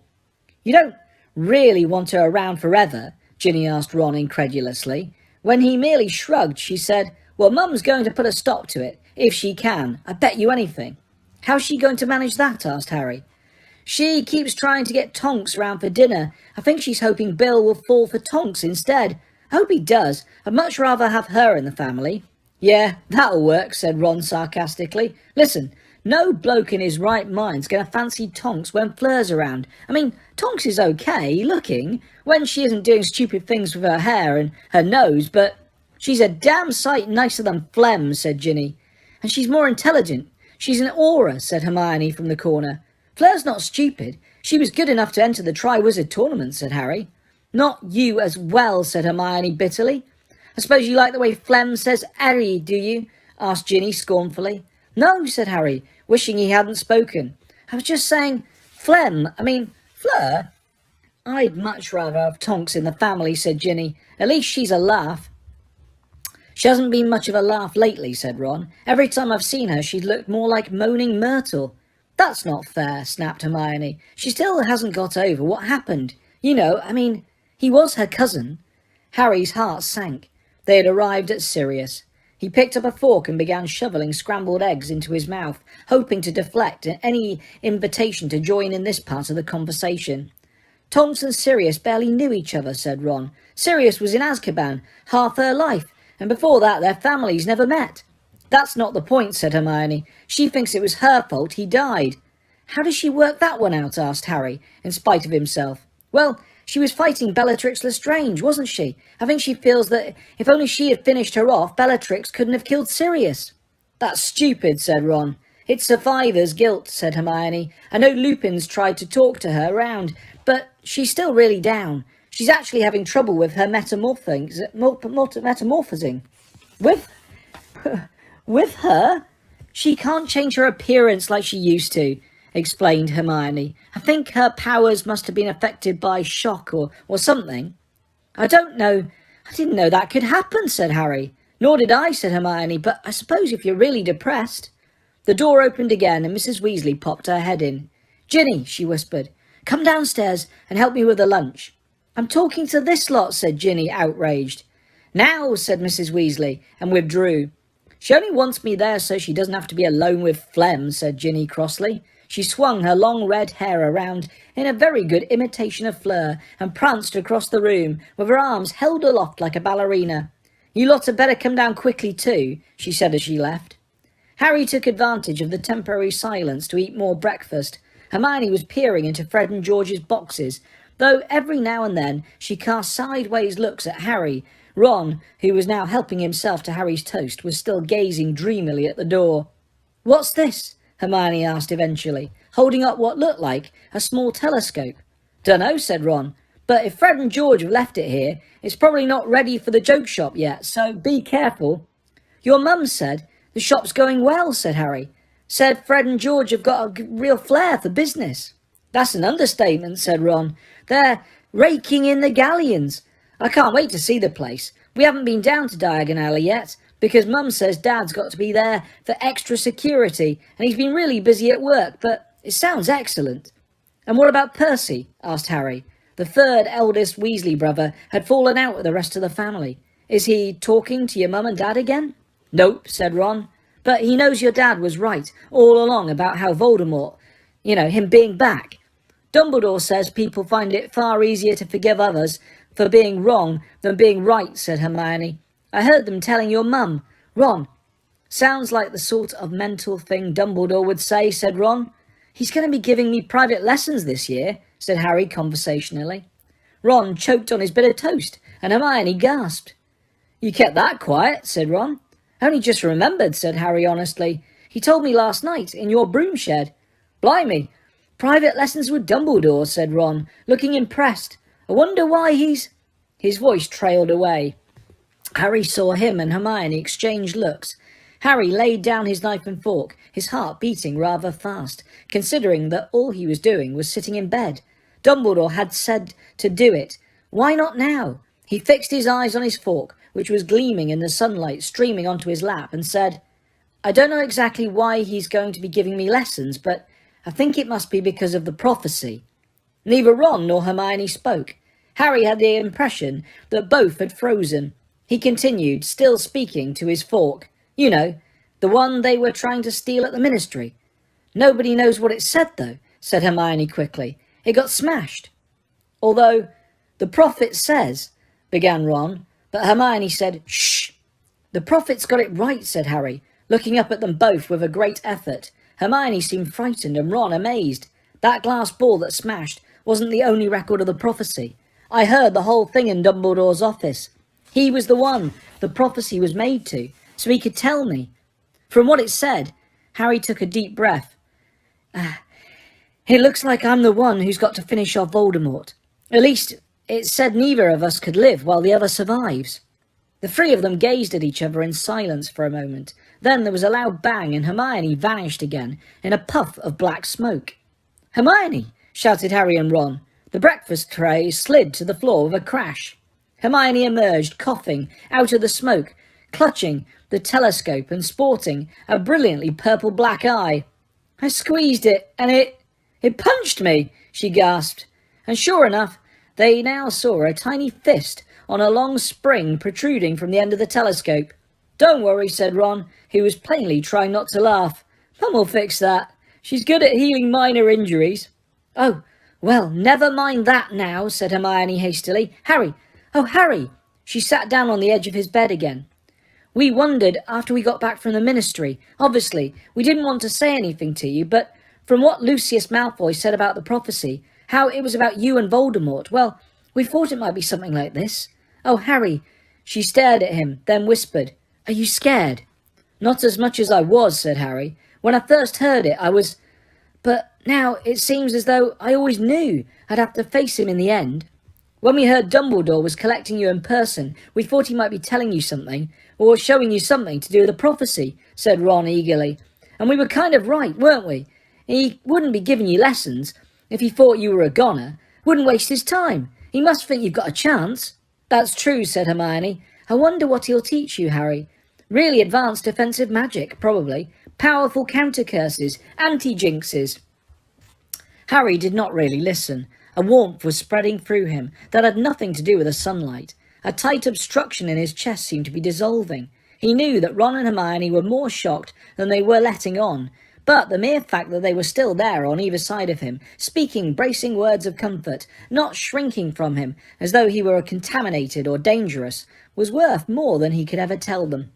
And evasive enchantments, generally, concluded Hermione. Well, at least you know one lesson you'll be having this year. That's one more than Ron and me. I wonder when our owl results will be coming. Can't be long now. It's been a month, said Ron. Hang on, said Harry, as another part of the previous night's conversation came back to him. I think Dumbledore said our owl results will be coming today. Today? Shrieked Hermione. Today? But why didn't you... Oh, my God, you should have said... She leapt to her feet. I'm going to see whether my owls have come. But when Harry arrived downstairs 10 minutes later, fully dressed and carrying his empty breakfast tray, it was to find Hermione sitting at the kitchen table in great agitation, while Mrs. Weasley tried to lessen her resemblance to half a panda. He just won't budge, Mrs. Weasley was saying anxiously, standing over Hermione with her wand in her hand and a copy of the Healer's Helpmate open at bruises, cuts and abrasions. This has always worked before. I just can't understand it. It'll be Fred and George's idea of a funny joke, making sure it can't come off, said Ginny. But it's got to come off, squeaked Hermione. I can't go around looking like this forever. You won't, dear. We'll find an antidote. Don't worry, said Mrs. Weasley soothingly.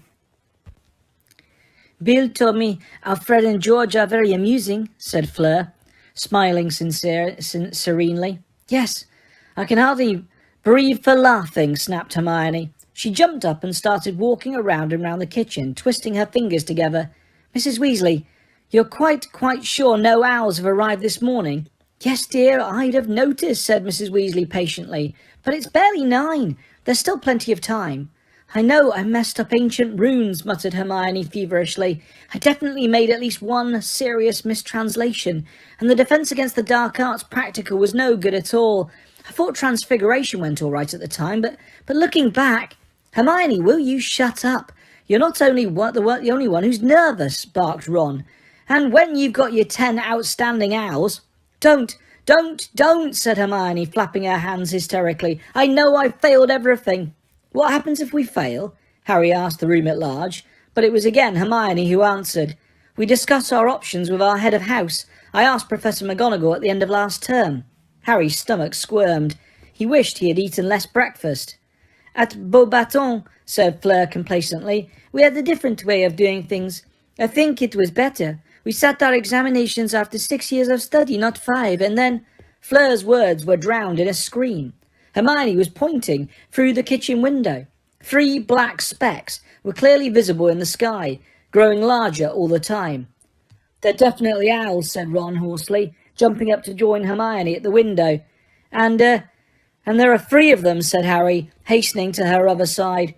1 for each of us, said Hermione in a terrified whisper. Oh no, oh no, oh no. She gripped both Harry and Ron tightly around the elbows. The owls were flying directly at the burrow. 3 handsome tawnies, each of which, it became clear as they flew lower over the path leading up to the house, was carrying a large square envelope. "Oh no!" squealed Hermione. Mrs. Weasley squeezed past them and opened the kitchen window. 1, 2, 3. The owls soared through it and landed on the table in a neat line. All 3 of them lifted their right legs. Harry moved forwards. The letter addressed to him was tied to the leg of the owl in the middle. He untied it with fumbling fingers. To his left, Ron was trying to detach his own results. To his right, Hermione's hands were shaking so much she was making a whole owl tremble. Nobody in the kitchen spoke. At last, Harry managed to detach the envelope. He slit it open quickly and unfolded the parchment inside. Ordinary wizarding level results. Pass grades. Outstanding O. Exceeds expectations E. Acceptable A. Poor P. Dreadful D. Troll T.